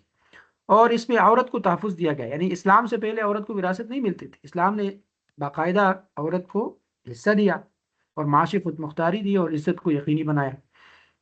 اور خاندانی نظام کا اس میں استحکام بھی ہوتا ہے، سماجی برائیوں کے روک تھام بھی ہوتی ہے، یعنی ناانصافی، چوری، لوٹ مار اور جرائم کو جو جنم دینے والی چیزیں ہیں نا، یہ اصل میں دولت کی منصفانہ تقسیم نہیں ہوتی، اس وجہ سے یہ ہو رہا ہے۔ اگر دولت کی منصفانہ تقسیم ہو، وراثت سب کو ملے، تو پھر یہ جرائم بہت زیادہ کم ہو جائیں گے۔ تو اسلامی نظامی وراثت صرف مال بانٹنے کا نام نہیں بلکہ یہ ایک مکمل عادلانہ نظام ہے جو دولت کو پھیلاتا ہے، کمزوروں کا تحفظ کرتا ہے، عورت کو حق دیتا ہے اور ناانصافی کو ختم کرتا ہے، معاشرے کے اندر توازن پیدا کرتا ہے، خاندانی جھگڑوں کو روکتا ہے۔ تو اسلام سے پہلے وراثت پر مبنی جتنے بھی نظام تھے وہ فیل ہو گئے، اس وجہ سے اللہ رب العالمین نے اسلامی قانونی وراثت ایک مکمل، متوازن اور فطری نظام بنایا جو ہر زمانے کے لیے قابل عمل اور قابل اطلاق ہے۔ پہلے زمانے میں بھی تھا، اب بھی ہے اور مستقبل میں بھی ہوگا۔ تو ہم وراثت پر عمل ہی نہیں کرتے، بیٹیوں کو آج بھی ہم حصہ نہیں دیتے۔ قرآن نے واضح طور پر یہ کیا کہ بیٹی کا حصہ ہے، اور للرجال نصیب مما ترک الوالدان والاقربون وللنساء نصیب مما ترک الوالدان والاقربون مما قل منه او كثر نصیبا مفروضا۔ اور یہ پورا ایک رکوع ہے اس پہ نا، کہ یوصیکم اللہ فی اولادکم للذکر مثل حظ الانثیین وان كانت واحدة فلها النصف ولأبويه لكل واحد منهم سدس مما ترك ان كان له ولد۔ ساروں کے حصے ڈیٹیل سے بیان کی گئی ہے۔ اہم پوائنٹ یہ ہے کہ ہم عورتوں کو حصہ نہیں دیتے، ہم بیٹی کو حصہ نہیں دیتے، اور ہم کہتے ہیں کہ میرے پاس جس کی بیٹی ہیں وہ بھی حصہ نہیں لائی۔ یہ بھی ایک دلیل لوگ پیش کرتے ہیں، بھائی آپ کے پاس جو آئی پیچھے انہوں نے نہیں دیا تو وہ جہنم جانا چاہ رہے ہیں، ٹھیک ہے، وہ بیٹی کا حق کھا رہے ہیں، تو آپ بھی جانا چاہ رہے ہیں، آپ بھی بیٹی کا حق کھانا چاہ رہے ہیں، اور بیٹی کا حق نہ دے کے نہ آپ کی نماز قبول ہوگی، نہ زکوٰۃ اور نہ باقی عبادات۔ اس پوائنٹ کو بہت گہرے انداز میں سمجھ لینا ہے کہ کسی کا حق کھایا حرام ہے، حرام کھانے کے بعد دعا بھی قبول نہیں ہوتی، عبادات کہاں سے قبول ہوتی؟ یہ گہری بات ہے بھائی۔ تو بیٹی کو عزت دینا اور اس کا حق دینا، یہ خود دینا۔ ابھی کچھ ہمارے معاشرے میں نا بنی اسرائیل کی طرح احکام سے بھاگنے کے کئی ذرائع اختیار کی جاتے ہیں، کہتے ہیں جی بیٹی ہم سے نہیں لے رہی، بیٹی جو ہے وہ نہیں لے رہی، تو بیٹی کیسے لے گی؟ بیٹی نے اگر ڈیمانڈ کر دی تو پتا ہے کہ بھائی مار دے گا، بھائی تو رشتہ ہی ختم کر دے گا، وہ بیچاری تو کچھ کہہ نہیں سکتی۔ تو اس کا اصولی طریقہ یہ ہے کہ آپ تقسیم کریں، اس کی پلاٹ کی فائل اس کے نام پہ کریں، نام پہ کر کے گورنمنٹ کے ساری چیزیں کروا کے وہ فائل لے کے اس کے سامنے رکھے کہ بہن یہ آپ کا وراثتی حق ہے، اور پھر میں اس بہن کو بھی دیکھتا ہوں نا کہ وہ کہے کہ میں نہیں لیتی، پھر وہ بہن کہے کہ نہیں نہیں بس میں آپ کے نام پہ واپس کر رہی ہوں، اور اس کے لیے وہ عدالت کے چکر لگاتی ہوں اور خود آپ کے نام پہ واپس کرے، تو پھر میں مانوں گی کہ ہاں یہ بہن نہیں لے رہے۔ آپ نے کیا نہیں اس طرح، آپ تو زبانی کلامی کر کے ہاں ہاں جی بس ٹھیک ہے، وہ بہن بھی کہتے ہیں ٹھیک ہے مجھے ضرورت نہیں ہے، اس نے تو زندگی بچانی ہے، اس نے تو ماں باپ سے ملنا ہے، اس نے تو آپ اس کے بھائی ہیں، اس کو تو محبت چاہیے بیچاری کو، وہ تو پہلے سے کسی اور کے گھر میں ہے، تو اوپر سے جب آپ کا رشتہ ختم ہو جائے گا تو اس نے زندگی کیسے گزارنی؟ پوائنٹ سمجھ آ رہا ہے؟ تو لہٰذا جتنے بھی آپ ادھر ادھر کے سوالات بنا کے اسلام کے اس حکم سے بھاگ رہے ہیں تو اس کے بارے میں جواب دہ ہوں گے، عورت کا حق دیا جائے، اس لیے اسلامی ریاست جب ہوگی تو وہ خود یہ وراثت میں حصہ لے کے بیٹی کو دے گی۔ تو خواتین کو زیادہ تر اسلامی نظام کے لیے کوشش کرنی چاہیے، ویسے خواتین کا ایک بہت بڑا حق ہے جو مارا جا رہا ہے اس معاشرے کے اندر، اور یہ ہمارا جو ملکی قانون ہے وہ بھی اس کو سپورٹ نہیں کر رہا، تو لہٰذا اپنے حق کے لیے تو ہمیں پھر اسلامی نظام کے نفاذ کے لیے بھی جدوجہد کرنی چاہیے، اور انفرادی طور پر ہر بندے کو یہ نالج قرآن کریم کے اس ان آیات کے توسط سے چلا گیا ہے کہ تمام حقوق وراثت کے اللہ نے واضح کر دیے، ہر کسی کا حق واضح ہے، لہٰذا اس کا حق اس کو دیا جائے۔ اگر باپ حق نہ دے کے مر گیا تو یہ باپ کے ذمہ ہو گیا، بھائی نے نہ دیا بہن کو اور مر گیا تو بہن کے بھائی کے ذمہ ہو گیا، تو ہر بندہ اپنے حساب سے رسپانسبل ہے، لہذا اگر آپ کے باپ نے تقسیم نہیں کیے تو اگر آپ زندہ ہیں ابھی تو ابھی آپ کر دیں، تاکہ آپ جو ہے کل کلا کو اللہ کے سامنے صاف پیش ہو سکے۔ آخری چیز ہے اس بارے کے اندر محرمات کا تذکرہ ہے، اور محرمات یعنی محرم رشتے جن سے نکاح ہمیشہ کے لیے حرام ہے، اس کی ڈیٹیل ہے، اور محرمات کے رشتے کون کون سے ہیں۔ یعنی محرمات یعنی دنیا کے تقریباً ہر قوم اور معاشرے میں کچھ رشتے ایسے مانے گئے ہیں جس سے نکاح جائز نہیں ہوتا، چاہے وہ قدیم معاشرہ ہو یا پسماندہ معاشرہ ہو یا آج کل کا جدید اور ترقی یافتہ معاشرہ ہو، سب نے کسی کسی حد تک نکاح کے حدود مقرر کر دیے ہیں، البتہ ان حدود کے اندر وسعت اور شدت مختلف رہی ہے۔ قدیم مقامی بعض اوقات میں یہ دائرہ بہت وسیع تھا، جبکہ آج کل کے جدید معاشرے میں بعض جگہوں پہ یہ محدود لیکن چیز موجود ہے، تو اسلام نے ان حدود کو واضح اور متعین انداز میں بیان کر دیا ہے۔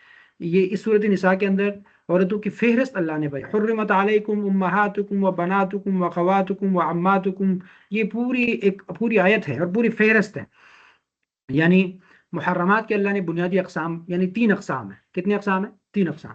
ایک نسبی یعنی خون کے رشتے کی وجہ سے نکاح حرام ہے، ایک مصاہرت یعنی سسرالی تعلق کی وجہ سے نکاح حرام ہے، ایک رضاعت یعنی دودھ کے رشتے کی وجہ سے نکاح حرام ہے۔ تو نسبی، سب سے پہلے نسبی کو دیکھتے ہیں، نسبی خونی رشتے کی وجہ سے جو حرام عورتیں وہ کون کون سے ہیں؟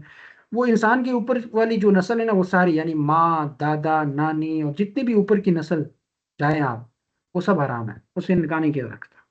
نیچے کی نسل یعنی بیٹی پھر پوتی پھر نواسی پھر ان کی اولاد، یہ سب حرام ہے، اس سے آپ نکاح نہیں کر سکتے۔ پھر اسی طرح بہن اور اس کی اولاد، یعنی سگی بہن، سوتیلی بہن، رضائی بہن کا ذکر بعد میں بھی آئے گا، اور بانجی بتیجی، یہ سب حرام ہے، یہ خونی رشتے ہیں۔ پھوپھی اور خالہ یعنی باپ کی بہن پھوپھی اور ماں کی بہن خالہ، یہ بھی حرام ہے۔ البتہ چچا زاد، خالہ زاد، ماموں زاد یا پھوپھی زاد بہن سے نکاح جائز ہیں، کیونکہ ان کے درمیان براہ راست نسبی رشتہ نہیں ہے بلکہ ایک واسطہ موجود ہے۔ یہ پہلی چیز تھی، پہلے قسم جو خونی رشتے کی ہے۔ دوسرا ہے مصاہرت، یعنی سسرالی تعلق کی وجہ سے حرام عورتیں کون کون سی ہیں؟ تو سب سے پہلے تو ساس ہے نا، بیوی کی ماں، پھر دادی، بیوی کی دادی، نانی، نکاح کے فوراً بعد یہ چیزیں حرام ہو جاتی ہیں چاہے ازدواجی تعلق قائم ہو یا نہ۔ اور بیوی کی بیٹی، اگر کسی عورت سے نکاح کے بعد اس سے ازدواجی تعلق قائم ہو جائے تو اس کی بیٹی یعنی سوتیلی بیٹی حرام ہو جاتی ہے، اس کے ساتھ اگر کوئی سوتیلی بیٹی ہے تو اس کے ساتھ آپ کا نکاح نہیں ہو سکتا، وہ ہے تو کسی اور کی بیٹی لیکن سوتیلی بیٹی ہے اور آپ نے اس عورت سے نکاح کر دیا تو وہ لڑکی آپ کے لیے حرام ہے، بیوی کی بیٹی آپ کے لیے حرام ہے۔ اس طرح باپ یا دادا کی بیوی، باپ دادا یا نانا کی بیوی سے نکاح حرام ہے، وہ حقیقی ماں نہ بھی ہو تو اس سے حرام ہے۔ اور اسی طرح بیٹے کی بیوی، حقیقی بیٹے پوتے یا نواسے کی بیوی بھی حرام ہے۔ اور اسی طرح بیوی کی بہن، یعنی ایک وقت میں 2 بہنوں کو نکاح میں رکھنا، اس کو جمع بین الاختین کہتے ہیں، تو یہ حرام ہے۔ البتہ اگر ایک بیوی کا انتقال ہو جائے یا طلاق ہو جائے تو اس کے بعد دوسری بہن سے نکاح کیا جا سکتا ہے، اور یہ حرمت وقتی ہے۔ اسی طرح تیسری قسم کی طرف جائیں، رضاعت کی وجہ سے یعنی دودھ پلانے کی وجہ سے جو حرام عورتیں ہیں وہ کون کون سے جس سے نکاح نہیں ہو سکتا؟ تو اسلام میں دودھ کا رشتہ بھی نسب کی طرح معتبر ہے۔ اللہ کے رسول نے فرمایا رضاعت سے وہی رشتے حرام ہوتے ہیں جو نسب سے حرام ہوتے ہیں، یعنی جو پیچھے ہم نے پڑھ لیا نا نسب کی وجہ سے حرام تھے، تو وہ رضاعت کی وجہ سے بھی سارے حرام ہو جائیں گے۔ اس کی مثالیں یعنی دودھ پلانے والی عورت رضائی ماں یہ حرام ہو گئی، اس کی ماں یعنی رضائی نانی یہ بھی حرام ہو گئی، رضائی بہن، رضائی خالہ اور چچی، رضائی بیٹی، رضائی بیٹے کی بیوی، گویا جس طرح خونی رشتوں میں نکاح حرام ہے اس طرح دودھ کے رشتوں میں بھی نکاح حرام ہے۔ اچھا، یہ حرام کیا اسلام نے واضح طور پر، اس کی کئی حکمتیں ہیں، ان حرمتوں کے پیچھے ایک بہت بڑی فہرست بنائی جا سکتی ہے، قرآن نے اس کی حکمت بیان نہیں کی، لیکن علماء نے غور کیا تو اس کی کئی حکمتیں سمجھ میں آتی ہیں۔ یعنی ایک تو یہ کہ خاندانی نظام کا تحفظ ہوگا، یعنی کچھ رشتے ایسے ہیں جن میں محبت، احترام اور وقار کا تعلق ہونا چاہیے، جیسے ماں، بہن، بیٹی، خالہ وغیرہ۔ اگر ان رشتوں میں نکاح جائز ہوتا تو خاندانی تقدس پھر متاثر ہو جاتا۔ اس طرح جذباتی استحکام بھی ہے نا، اگر قریبی رشتوں میں نکاح اور پھر طلاق ہو جائے تو خاندان میں شدید تلخی پیدا ہو سکتی ہے جو نسلوں تک اثر انداز ہو سکتی ہے۔ اسی طرح معاشرتی سکون بھی اس میں ہے کہ مثلا دو بہنوں کو ایک ساتھ نکاح میں رکھنے سے حسد اور رقابت بھی بڑھ سکتی ہے۔ اس طرح باپ کی بیوی یا بیٹے کی بیوی سے نکاح خاندانی نظام کو بگاڑ سکتا ہے۔ اس طرح جسمانی اور نسلی حکمت بھی ہے، اور سائنس بھی اس بات کی تائید کرتی ہے کہ قریبی رشتوں میں مسلسل شادیاں بعض اوقات موروثی کمزوریوں کا سبب بنتی ہے، جبکہ مختلف خاندانوں میں نکاح سے صحت مند نسلی پیدا ہوتی ہے۔ لیکن یہ ہے کہ یہ بھی ایک وجہ ہو سکتی ہے۔ تو اسلام کا اعتدال پسند موقف ہے کہ اسلام نے صرف وہ رشتے حرام کیے جس میں فطری، اخلاقی اور خاندانی حکمت موجود ہے۔ اس نے نسل، قوم، رنگ یا طبقے کی بنیاد پر نکاح کی پابندیاں ختم کر دی۔ گویا اسلام نے خاندانی نظام کو یا خاندان کو تقدس دیا اور خاندانی تقدس کو محفوظ کیا، معاشرتی سکون کو قائم رکھا، اخلاقی پاکیزگی کو یقینی بنایا اور غیر ضروری سماجی تعصبات کو ختم کر دیا۔ یعنی اسلام میں محرمات کا نظام نہایت متوازن، فطری اور حکمت پر مبنی ہے۔ کچھ رشتے ہمیشہ کے لیے حرام ہیں، کچھ وقتی طور پر حرام ہیں، اور یہ حدود خاندانی نظام، اخلاقی پاکیزگی اور معاشرتی استحکام کے لیے مقرر کیا گیا ہے۔ تو یہ محض پابندیاں نہیں بلکہ انسانی معاشرے کی حفاظت کا ایک مضبوط نظام ہے اور ایک مضبوط ڈال ہے۔ تو یہی ان قوانین کا نفاذ جو ہے یہ ایک پاکیزہ اور عدل پر مبنی معاشرے کے قیام کے لیے بہت ضروری بھی ہے۔ تو سورۃ النساء ہمیں یہ پیغام دیتی ہیں کہ حقوق العباد کا خیال رکھا جائے اور اصل میں تقوی اختیار کیا جائے، اور تقوی ہی نجات کا راستہ ہے۔ تو یہ آج کی ہماری نشست تھی، پارہ نمبر 4، جس کے اندر بہت ہی اہم موضوعات خاندانی نظام کے تحت ایک خاندان کے اندر چلتے ہوئے تمام چیزوں کو تفصیل سے ہم نے دیکھنے کی کوشش کی ہے۔ اب آتے ہیں اپنے دوسرے جو ہمارا ہے قرآنی اوامر اور نواہی، اس کو ذرا دیکھ لیتے ہیں۔ بند کا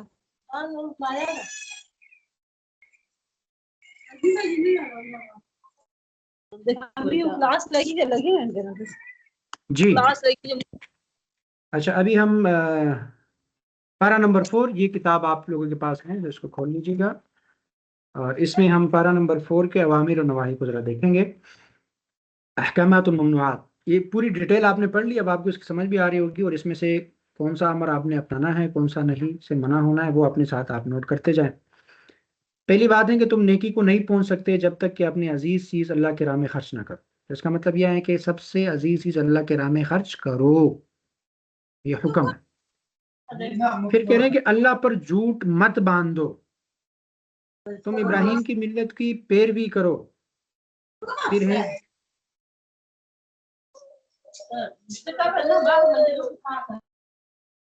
پھر یہ ہے کہ اہل کتاب میں سے کسی کی بات مت مانو۔ پھر ہے اللہ سے ڈرو، اس سے ڈرنے کا حق ہے، یا الذین آمنوا اتقوا اللہ حق تقاتہ، اس طرح ڈرو جس طرح اللہ سے ڈرنے کا حق ہے۔ اور سب مل کر اللہ کے رضی کو مضبوطی سے تھام لو اور تفرقے میں نہ پڑو، فرقہ واریت اختیار نہ کرو، آپس میں ایک دوسرے میں فرقوں میں نہ پڑو، اور نیکی کی طرف بلاؤ، بلائی کا حکم دو اور برائیوں سے روکتے رہو۔ ان لوگوں کی طرح نہ ہونا جو فرقوں میں بٹ گئے اور کھلی کھلی واضح ہدایات پانے کے بعد بھی اختلاف میں مبتلا ہو گئے۔ پھریں گے اب دنیا میں تم بہترین گروہ ہو، تم نیکی کا حکم دیتے رہو اور بدی سے روکتے رہو۔ پھر اچھے کاموں میں ایک دوسرے سے جلدی کرو، اور پھر اے ایمان والو اپنے جماعت کے لوگوں کے سوا دوسروں کو اپنا رازدار نہ بناؤ۔ اپنے یعنی یہودیوں کو رازدار نہ بناؤ، وہ آپ کے رازوں کو نکال کے پھر آپ کے خلاف سازش کریں گے۔ اور تم صبر سے کام لو اور اللہ سے ڈر کر کام کرتے رہو، نہایت کمزوری کی حالت میں بھی اللہ سے مدد کی امید رکھو، یہ بڑھتا اور چڑھتا سود کھانا چھوڑ دو اور اللہ سے ڈرو اور اللہ اور رسول کا حکم مانو۔ دیکھیں آج کے پارے میں بھی سود کا بیان تھا، لیکن ہم نے اس کو اس لیے ٹچ نہیں کیا کہ کل میں اس پہ تفصیل سے گفتگو کر چکا تھا، ٹھیک ہے؟ تو جو چیز ریپیٹ ہوگی اور ضرورت نہیں ہوگی تو ہم اس سے بات نہیں کر رہے ہوں گے، لیکن اس کتاب میں آپ کو ڈیٹیل سے چیزیں ملیں گی، اس میں ہم نے کوئی چیز اسکپ نہیں کی، ٹھیک ہے؟ یعنی حکم اور نہیں نکالنے کے لیے ہر آیت کو میں نے پڑھا ہے، سورۃ الفاتحہ سے شروع کیا اور ناس پہ ختم کیا، ہر آیت کو پڑھا ہے اور اس سے جو حکم نکل سکتا تھا وہ نکالا ہے، ٹھیک ہے؟ اور اسی طرح آگے ہیں کہ اپنے رب کی بخشش اور اس جنت کی طرف دوڑو جس کی وسعت آسمانوں اور زمین جیسی ہے، اور اسی طرح ہر حال میں اپنے مال خرچ کرتے رہو، خواہ وہ بدحال ہو یا خوشحال، یعنی آپ جس حالت میں بھی ہو اللہ کے راہ میں خرچ کرتے رہو، اور پھر ہے کہ غصے کو پی جاؤ اور دوسروں کے قصور کو معاف کرو، اور کبھی بھی جان بوجھ کر اپنی غلطی پر اصرار نہ کرو، زمین میں چلو پھرو پھر دیکھو جھٹلانے والوں کا انجام کیا ہوا، قل سیروا فی الارض فانظروا کیف کان، اس طرح دل شکستہ نہ ہو، غم نہ کرو، تم ہی غالب رہو گے اگر تم مومن ہو۔ یعنی آج کے دور میں آپ کو کہا جا رہا ہے کہ آپ مایوس نہ ہو کہ کیسے اسلام غالب آئے گا، آپ کوشش کریں اسلام غالب آ جائے گا، اللہ مومنین کو ہی انشاءاللہ غلبہ دیتا ہے۔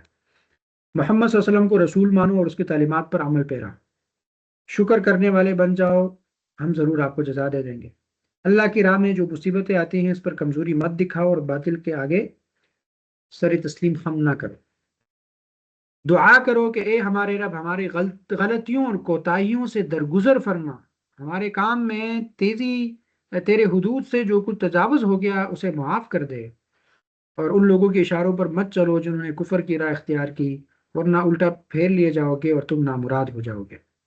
اسی طرح جو کچھ تمہارے ہاتھ سے جائے یا جو مصیبت تم پر نازل ہو اس پر ملول نہ ہو، یعنی کوئی مصیبت آپ کے اوپر نازل ہوئی تو اس پر زیادہ افسردگی کا اظہار نہ کرو، ہیں؟ اللہ کی رضا میں راضی رہنا سیکھو، اور کافروں کی سی باتیں مت کرو جن کے عزیز و اقارب اگر کبھی سفر پر جاتے ہیں یا جنگ میں شریک ہوتے ہیں تو وہ کہتے ہیں کہ اگر وہ ہمارے پاس ہوتے تو نہ مارے جاتے اور نہ قتل ہوتے، یار یہ بہت اہم پوائنٹ ہے، خواتین کے لیے تو بہت امپورٹنٹ ہے۔ ہم کبھی بھی کوئی واقعہ ہو جاتا ہے نا تو پھر خواتین کہتے ہیں کاش یہ اس وقت گھر سے نہ نکلتا، کاش میرا بچہ آج اسکول نہ جاتا تو ایکسیڈنٹ نہ ہوتا، ہاں، کاش آج مدرسہ نہ جاتا تو یہ نہ ہوتا۔